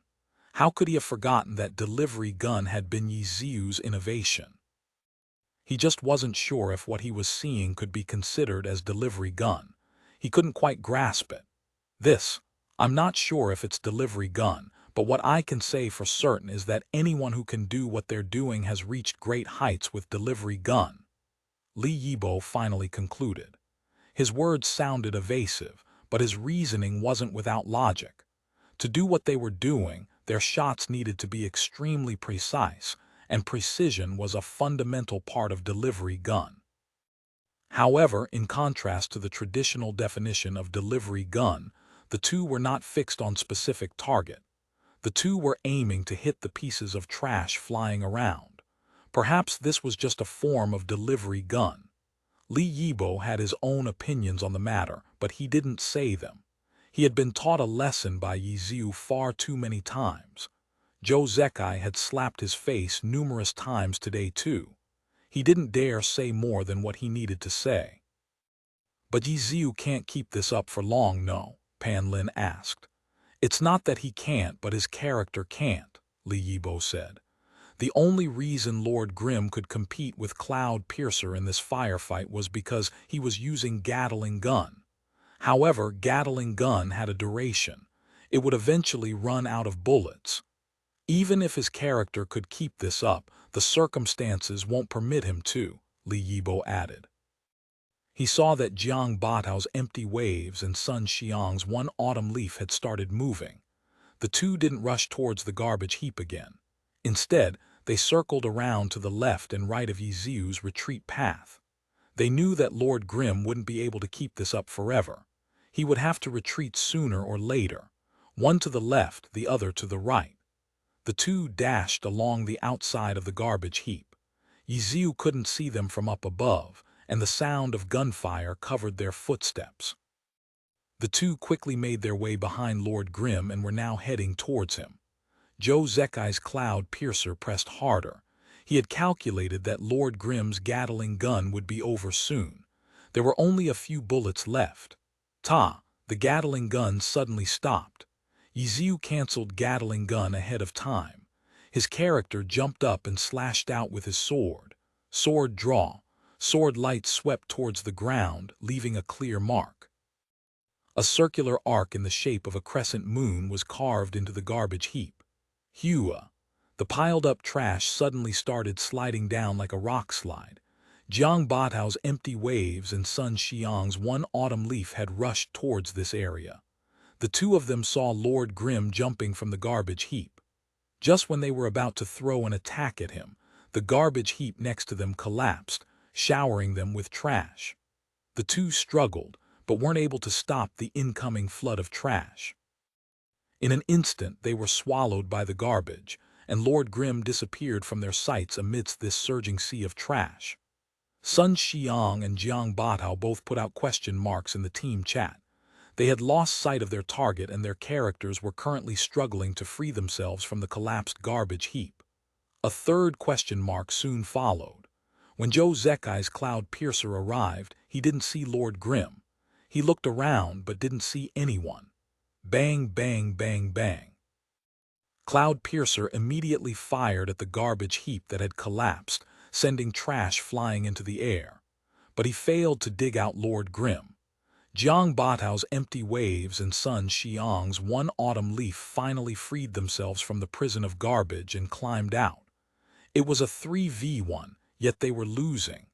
They had chosen this map, yet their opponent was giving them this much trouble. What was being injured wasn't their health, but their pride. As soon as one autumn leaf climbed out, he immediately leapt into the air, shattering the land. Sun Xiang vented, creating a huge explosion. Magic erupted, blasting the garbage heap apart. If Lord Grimm was hiding underneath it, his cover would be blown away. But he wasn't. The Samsara fans sent their regards to their three generals. They had seen that the moment Yiziu's Lord Grimm toppled the garbage heap, he had run away with a shadow clone technique. With cover from the garbage heap, he was able to instantly vanish out of sight with the shadow clone technique. Lord Grimm's real body had slipped away, going around Cloud Piercer and towards the exit. Zhou Zekai, Sun Xiang, Jiang Batao. Three famous names, three top 10 all-stars, facing a single Yiziu, and all three of them had been duped. Yiziu hadn't truly been fighting against them. He had been doing everything he could to run away, but it was still a 1v3. Being able to escape was a huge success on his part. None of the three had taken much damage, but in everyone's eyes, they had been the losers. The more loyal the Samsara fan, the more deeply they felt this. The three continued with the same pace. One autumn leaf shattering the lands had confirmed that Lord Grimm was no longer hiding there. Zhou Zekai's Cloud Piercer jumped onto the garbage heap up ahead to see if he could find any traces of Lord Grimm. Jiang Batao and Sun Xiang then split up to the left and right, continuing their search. They had the advantage. No one needed to remind them. They were very clear about it. Even though they hadn't succeeded yet, this was a fact that hadn't changed yet. However, they were taking longer than they thought, so they needed to warn their other two teammates who hadn't arrived yet. "Be careful of snipes," Jiang Batao warned. "We've been careful," Fang Minghua replied. Fang Minghua and Lu Boyuan didn't receive any other info from the team. All they got were those three question marks. They could tell that things weren't going well on that side. According to their initial plan, no matter who it was unhappy, he or she would check the garbage disposal room. Zhou Zekai, Jiang Batao, and Sun Xiang should have been more than enough to deal with whoever that was. In this way, the other side would be forced either to rescue or trade for that person. They would first kill whoever was in the storeroom, and then go back and help Fang Minghua and Lu Boyuan. They felt that chances of success were quite high. Happy ended up only sending one person, Yiziu. However, after this much time, Yiziu still hadn't been caught by their three players. This became Yiziu stalling the three of them, which spelled trouble for Fang Minghua and Lu Boyuan. Thinking of this unfavorable possibility, Fang Minghua and Lu Boyuan had made adjustments long ago. They stopped going along the direct path that the other three went along. instead taking a roundabout route that couldn't be seen from up on the chimney. Mucheng didn't go for the high ground, but by circling around, they were able to avoid Happy's intercept. They circled around. Tang Rou judged based on the time, so he didn't continue searching. "How's it going there? If you're still holding on, type 1, Tang Rou messaged. 11,111,111,111. Yiziu typed a line of ones, showing that he was doing great. "Wow, amazing. What are we even here for?" Tang Rou replied. He was actually very shocked. That was Zhou Zekai, Jiang Batao, and Sun Xiang. Yiziu was just by himself, but he was doing so well that he could type that many ones. Even Yiziu's teammates found it hard to believe how well he was pinning the enemies down. Chapter 1619, Once in a Blue Moon. Chapter 1619, Once in a Blue Moon. Translator, Namyami. Editor, Namyami. Zhou Zekai, Jiang Batao, Sun Xiang. These three top players were being held down by a single person. It was inconceivable, and it also meant a once-in-a-blue-moon opportunity. You needed to be aggressive facing these kinds of opportunities. If you missed it, wouldn't that be a tragedy? Tang Rou was thinking about the pros and cons when he saw Mucheng type out in the chat, "Scatter, that's my line." Tang Rou saw that Mucheng had come to the same conclusion. He no longer hesitated.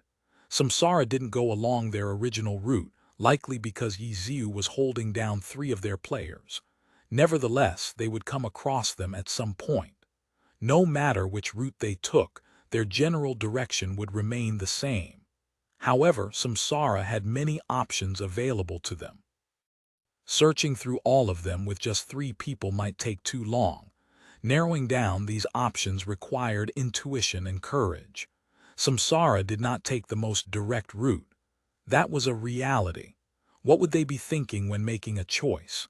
If they took a route that was too far, they would be too cut off from the others on the team. Both parties would have trouble helping each other. However, this choice would also prove the most troublesome for Happy. A simpler route wouldn't result in the team coming apart, but Happy would have a relatively easier time intercepting them. Which choice was Samsara more likely to take? Answering this question required careful thinking. If Happy took the wrong turn, there would be no room for regret. Checking nearby, Tang Rou was still trying to figure out what Samsara might be thinking when Mucheng made the choice. Then he saw Dancing Rain climb onto the roof of a nearby storeroom and check their surroundings. No one. As expected, Lu Boyuan and Fang Minghua didn't choose an overly conspicuous route. But by moving along the rooftops, Dancing Rain would be able to see more than the others, while also being at a convenient high point if a fight broke out. "Me left, you right," Tang Rou messaged. He went to the left, while Kaio Yifan went to the right. They started inspecting what simpler routes Samsara might have taken. But soon afterwards, Tang Rou saw Mucheng's Dancing Rain moving along the edges of the storeroom near him and waving her hands at him. Fang Ming understood her gesturing. She had already checked this area. Tang Rou could move farther to the left and expand their search area. Tang Rou had Boundless Sea immediately make adjustments. He moved farther to the left before moving on. "We have to be fast." All 3 of them had the same thought. Even though Yiziu had replied back confidently with numerous ones, he was certainly under a lot of pressure. It wasn't like they could hope that Yiziu could kill the 3 on Samsara on his own. They needed to hurry and seize the opportunity that Yiziu had given them, so they could pull the carpet from under Samsara. This was what it meant to be an ace player. As Boundless Sea scouted ahead, Tang Rou felt deeply moved by Yiziu. It was true that he was the highest paid player on Happy, using their strongest character. However, if he were in Yiziu's position, he felt rather terrified thinking that he could stall those 3 on Samsara by himself. He didn't have any confidence that he could do it. Yiziu was Happy's true ace player. There was never any doubt about that. Mucheng's firm decisions had touched Tang Rou as well. Although he had been thinking the same as Mucheng, Su Mucheng had been the one to make the call. This was a huge difference. This was a show of her confidence and her courage in taking risks. Tang Rou had lost to Su Mucheng in this aspect. Sure enough, my fate is to be a supporting character. Tang Rou sighed. Even though he didn't have any grand ambitions, every pro player longed to be the core of a team. Because of Tang Rui's playstyle, he was never suitable to be the symbol of a team, and he felt wronged by it. But through Yi Ziu and Su Mucheng, he realized that he wasn't suitable to be an ace player. His playstyle wasn't the only reason. It's okay though, I'm used to it. Tang Rui knew how to console himself and quickly discarded those thoughts. He had never cared much about it in the first place. He was just a bit sensitive after feeling unhappy about his performance in the playoffs. After discarding those useless thoughts, Tang Rui's focus quickly returned back to the match. Boundless Sea continued to move forward. He was currently between two storerooms. The entrances of the storeroom weren't on this side, so it was a rather narrow path. The storeroom to the right of him was longer than the storeroom to the left. He soon reached the end of the left storeroom and arrived at the beginning of a new storeroom. He was at a T-shaped intersection. He looked ahead but didn't see anyone, so the left then. Tang Rui hesitated slightly, but he recalled the resolve that Su Mucheng had before and admonished himself. To the left it is. Boundless Sea took a left turn at the T-intersection. He wasn't letting his emotions affect his decision. Tang Rui had estimated how fast their targets were moving. If they had continued forward, he should have seen them up ahead. However, they hadn't. Su Mucheng and Kaio Yifan hadn't found anything either. If he continued heading to the left, he would have a higher chance of finding Fang Minghua and Lu Boyuan. The path to the left was narrow. Only one person could fit through it at one time. As Boundless Sea ran along it, Tang Rui would look behind himself ever so often. During this process, Tang Rui inadvertently noticed that there was a window at a height of 3 meters, every few meters along the walls of the storeroom to his right. Tang Rui could sense that something wasn't right. These sort of details were difficult for away teams to notice ahead of time. By utilizing these windows, Samsara could check outside without needing to stand out in the open on top of the roof, making it much harder for Happy to find them. Tang Rui looked around again. The storeroom behind him and to his left weren't as tall as the one on his right. The view from those windows were quite good. At the very least, they would be able to see dancing rain jumping across rooftops. Then, what about his Boundless Sea? If Fang Minghua and Lu Boyuan were watching from those storerooms, they would have noticed his movements long ago. Thinking of this, Boundless Sea sped up. As an expert at ambushes, Tang Rui was aware of how dangerous his location was. He was in a long and narrow path that could only fit one person. The walls to his left and right were too tall for him to jump over. If he were pincered, he would be in a very bad situation. Not good. Not good. Samsara had chosen this map. The loading screen gave some information on the map though. For example, the locations of the support zones. Tang Rui's current location was quite close to the support zone at the center. If he were in Samsara's shoes, he would probably, bang bang, 2 gunshots. Tang Rui's thoughts were interrupted. The crowd burst into cheers. While Tang Rui was thinking about what his opponents would do, the viewers could see Lu Boyuan's and Fang Minghua's movements.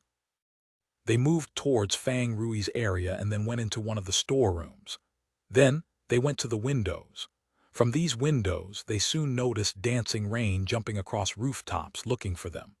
The two couldn't see Tang Rui's Boundless Sea because he was blocked by a storeroom. However, the two seemed to somehow know that Boundless Sea was heading towards them. Fang Minghua's laughing song ran over to the support zone and switched with Du Ming's moon luring frost. Samsara had 5 attackers on the field now. Then, Tang Rui arrived at the T-intersection.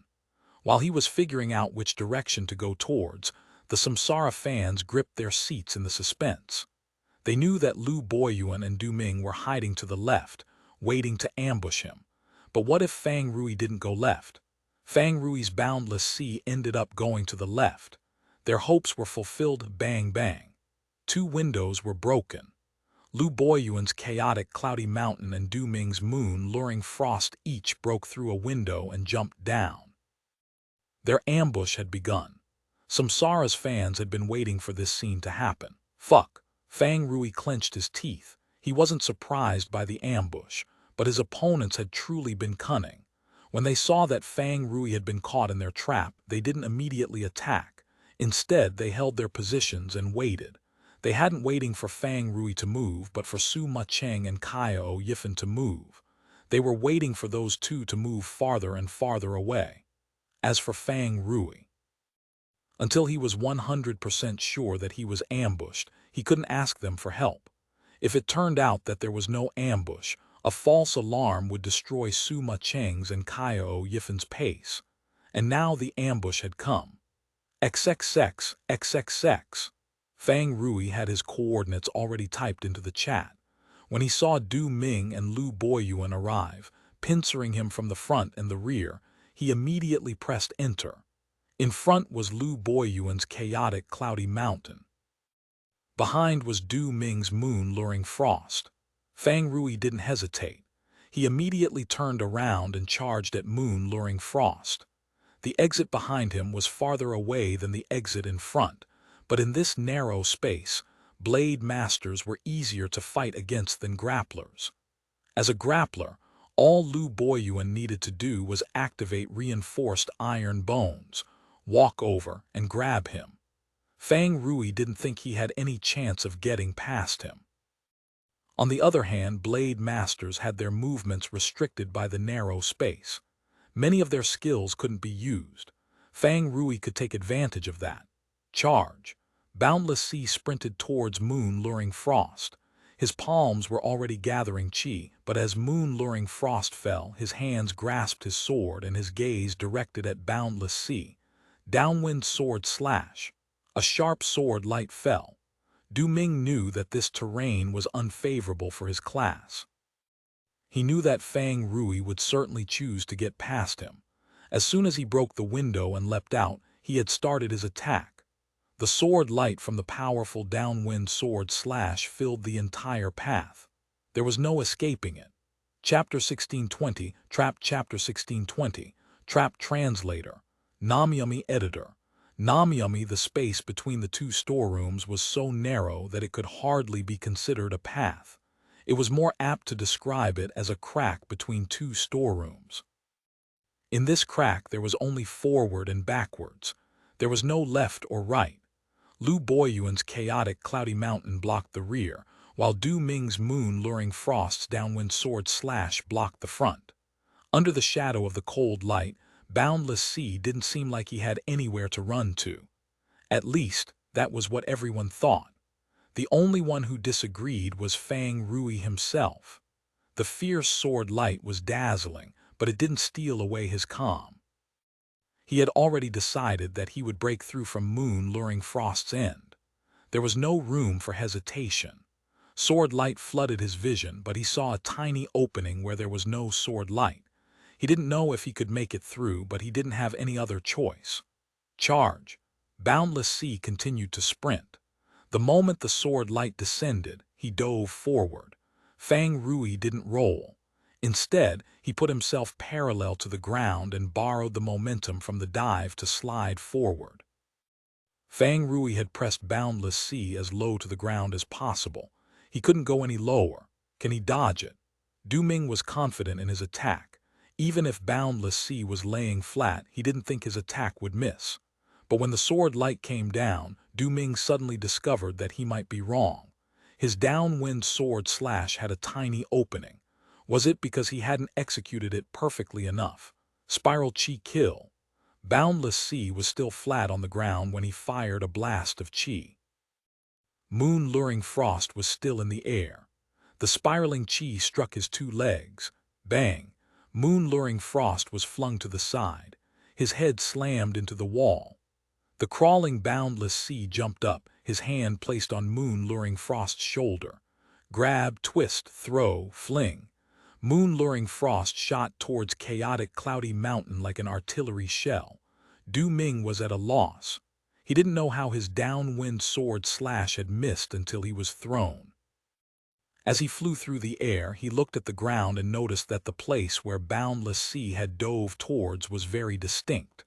The ground there was sunken down Chinese letter. This was just a crack between two storerooms.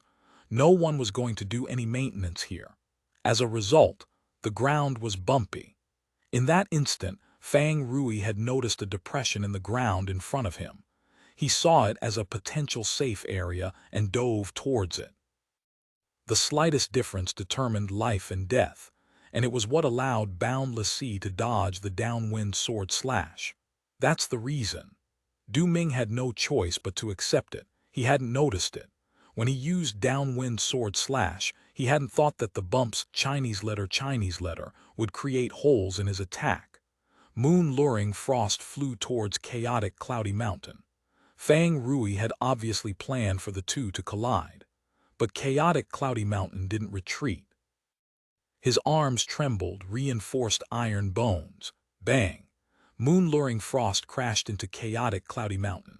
However, due to the super armor, chaotic cloudy mountain didn't budge. Moon-luring frost fell to the ground while chaotic cloudy mountain jumped over him and continued forward.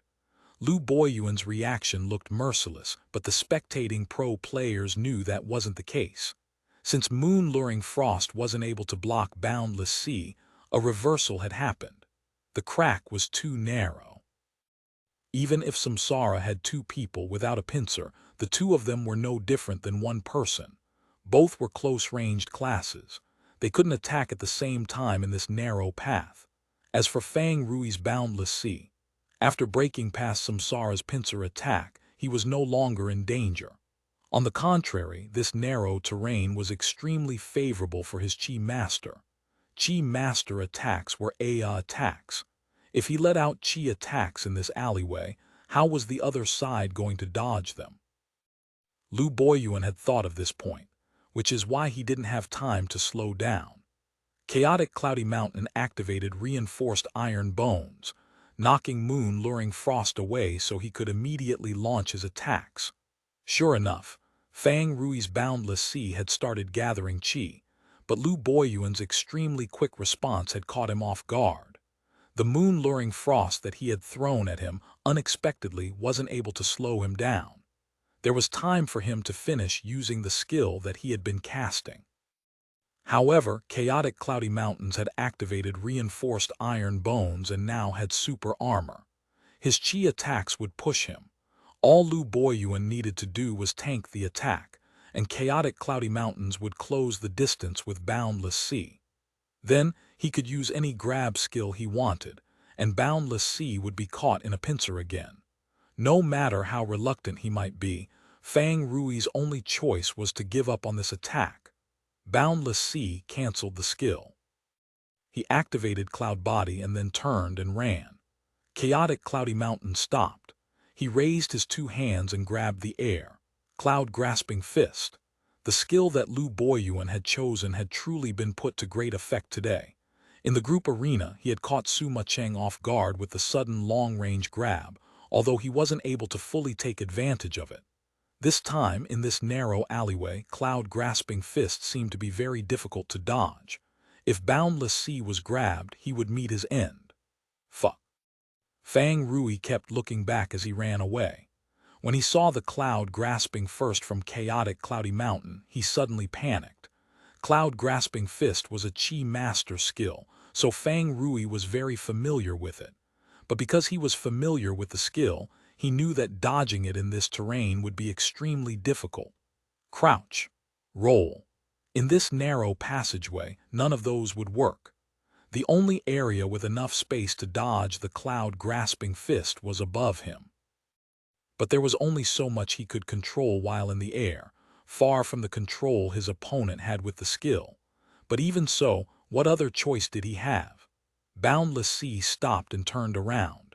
To dodge this Cloud Grasping Fist, he would need to time it perfectly and be extremely precise with his movements. Tang Rou didn't think he would be able to do it while running and looking back.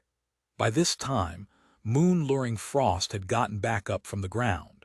Tang Rou had no energy to spare for him. His gaze was fixed on Chaotic Cloudy Mountain's two hands. Because Chaotic Cloudy Mountain was a grappler, the equipment that he wore wouldn't have the preferred stats for a chi master. His cloud-grasping fist would take longer to gather up the required chi. However, Tang Rou wasn't trying to predict when the attack would come. He was locked onto the movements of his hands. It's coming. Chaotic Cloudy Mountain's 10 fingers tightened. His two hands made a clear pulling motion. Tang Rou jumped into the air. But Lu Boyuan had predicted that Tang Rou would jump. His two hands shifted up slightly. From the start of the move until it landed, cloud-grasping fist could be controlled by the player. This was one of the reasons for why it was so hard to dodge under these circumstances. Boundless Sea pushed out with his palm, cloud pushing palm. Pa! He hit the wall. Boundless Sea immediately dropped towards the ground. He curled into a ball and then laid himself flat to the ground. Tang Rou was like a fish in the water. He had no reserves about how shameful it might look for him. The jump had been a feint. He wanted Lu Boyuan to move up. Tang Rui's true goal was the ground. Boundless Sea hastily tried to make adjustments. Chaotic Cloudy Mountain's two hands pressed down, but it was too late. The chi was only able to rustle the top of his hair. Apart from that, it wasn't able to grasp onto Boundless Sea. Ha ha ha ha! Tang Rou was overjoyed. His dodge had been shrewd and technical. He felt like he was a genius. I might only be a supporting character, but don't think I'm easy pickings, he boasted. Everyone was baffled. Where'd that come from? Du Ming's moon-luring frost jumped onto the roof of a rather short storeroom. Even though it wasn't a tall one, it wasn't possible to get onto it with a normal jump. Du Ming's moon-luring frost jumped and then jumped again off the wall. He followed with a rising dragon slash in order to get to the right height. Colliding stab, triple slash. Moon-luring frost didn't hold back and used his movement skills. Tang Rou had been delayed a bit in order to dodge the cloud-grasping fist. The increase in movement speed from Cloud Body wasn't as explosive as his movement skills. By chaining these two skills, Moon-luring frost was already in front of Boundless Sea. He stepped out and then twisted his body while in the air. He fell towards the ground, his blade descending. This time he made sure to take note of the terrain. He wouldn't let Tang Rou get through because of neglect on his part. Falling Phoenix slash, sword light descended. This time Tang Rou had nowhere to run to. Helpless, Tang Rou could only have Boundless Sea put up a chi wave shield to reduce the damage. Behind him, Chaotic Cloudy Mountain was closing in. Moon-luring Frost's sword had cut off his path forward. Despite a few complications, Tang Rou wasn't able to escape from their pincer. Suddenly, an enormous explosion sounded. Fireworks seemed to burst forth from the falling moon-luring frost. The flames engulfed him and the resplendent sword light lost its luster. Yes, Sis Mew, perfect timing. I love you. Tang Rou was practically incoherent from his excitement. Just when it looked like his life was over, dancing rain arrived. Tang Rou almost wanted to cry out how perfect the timing was.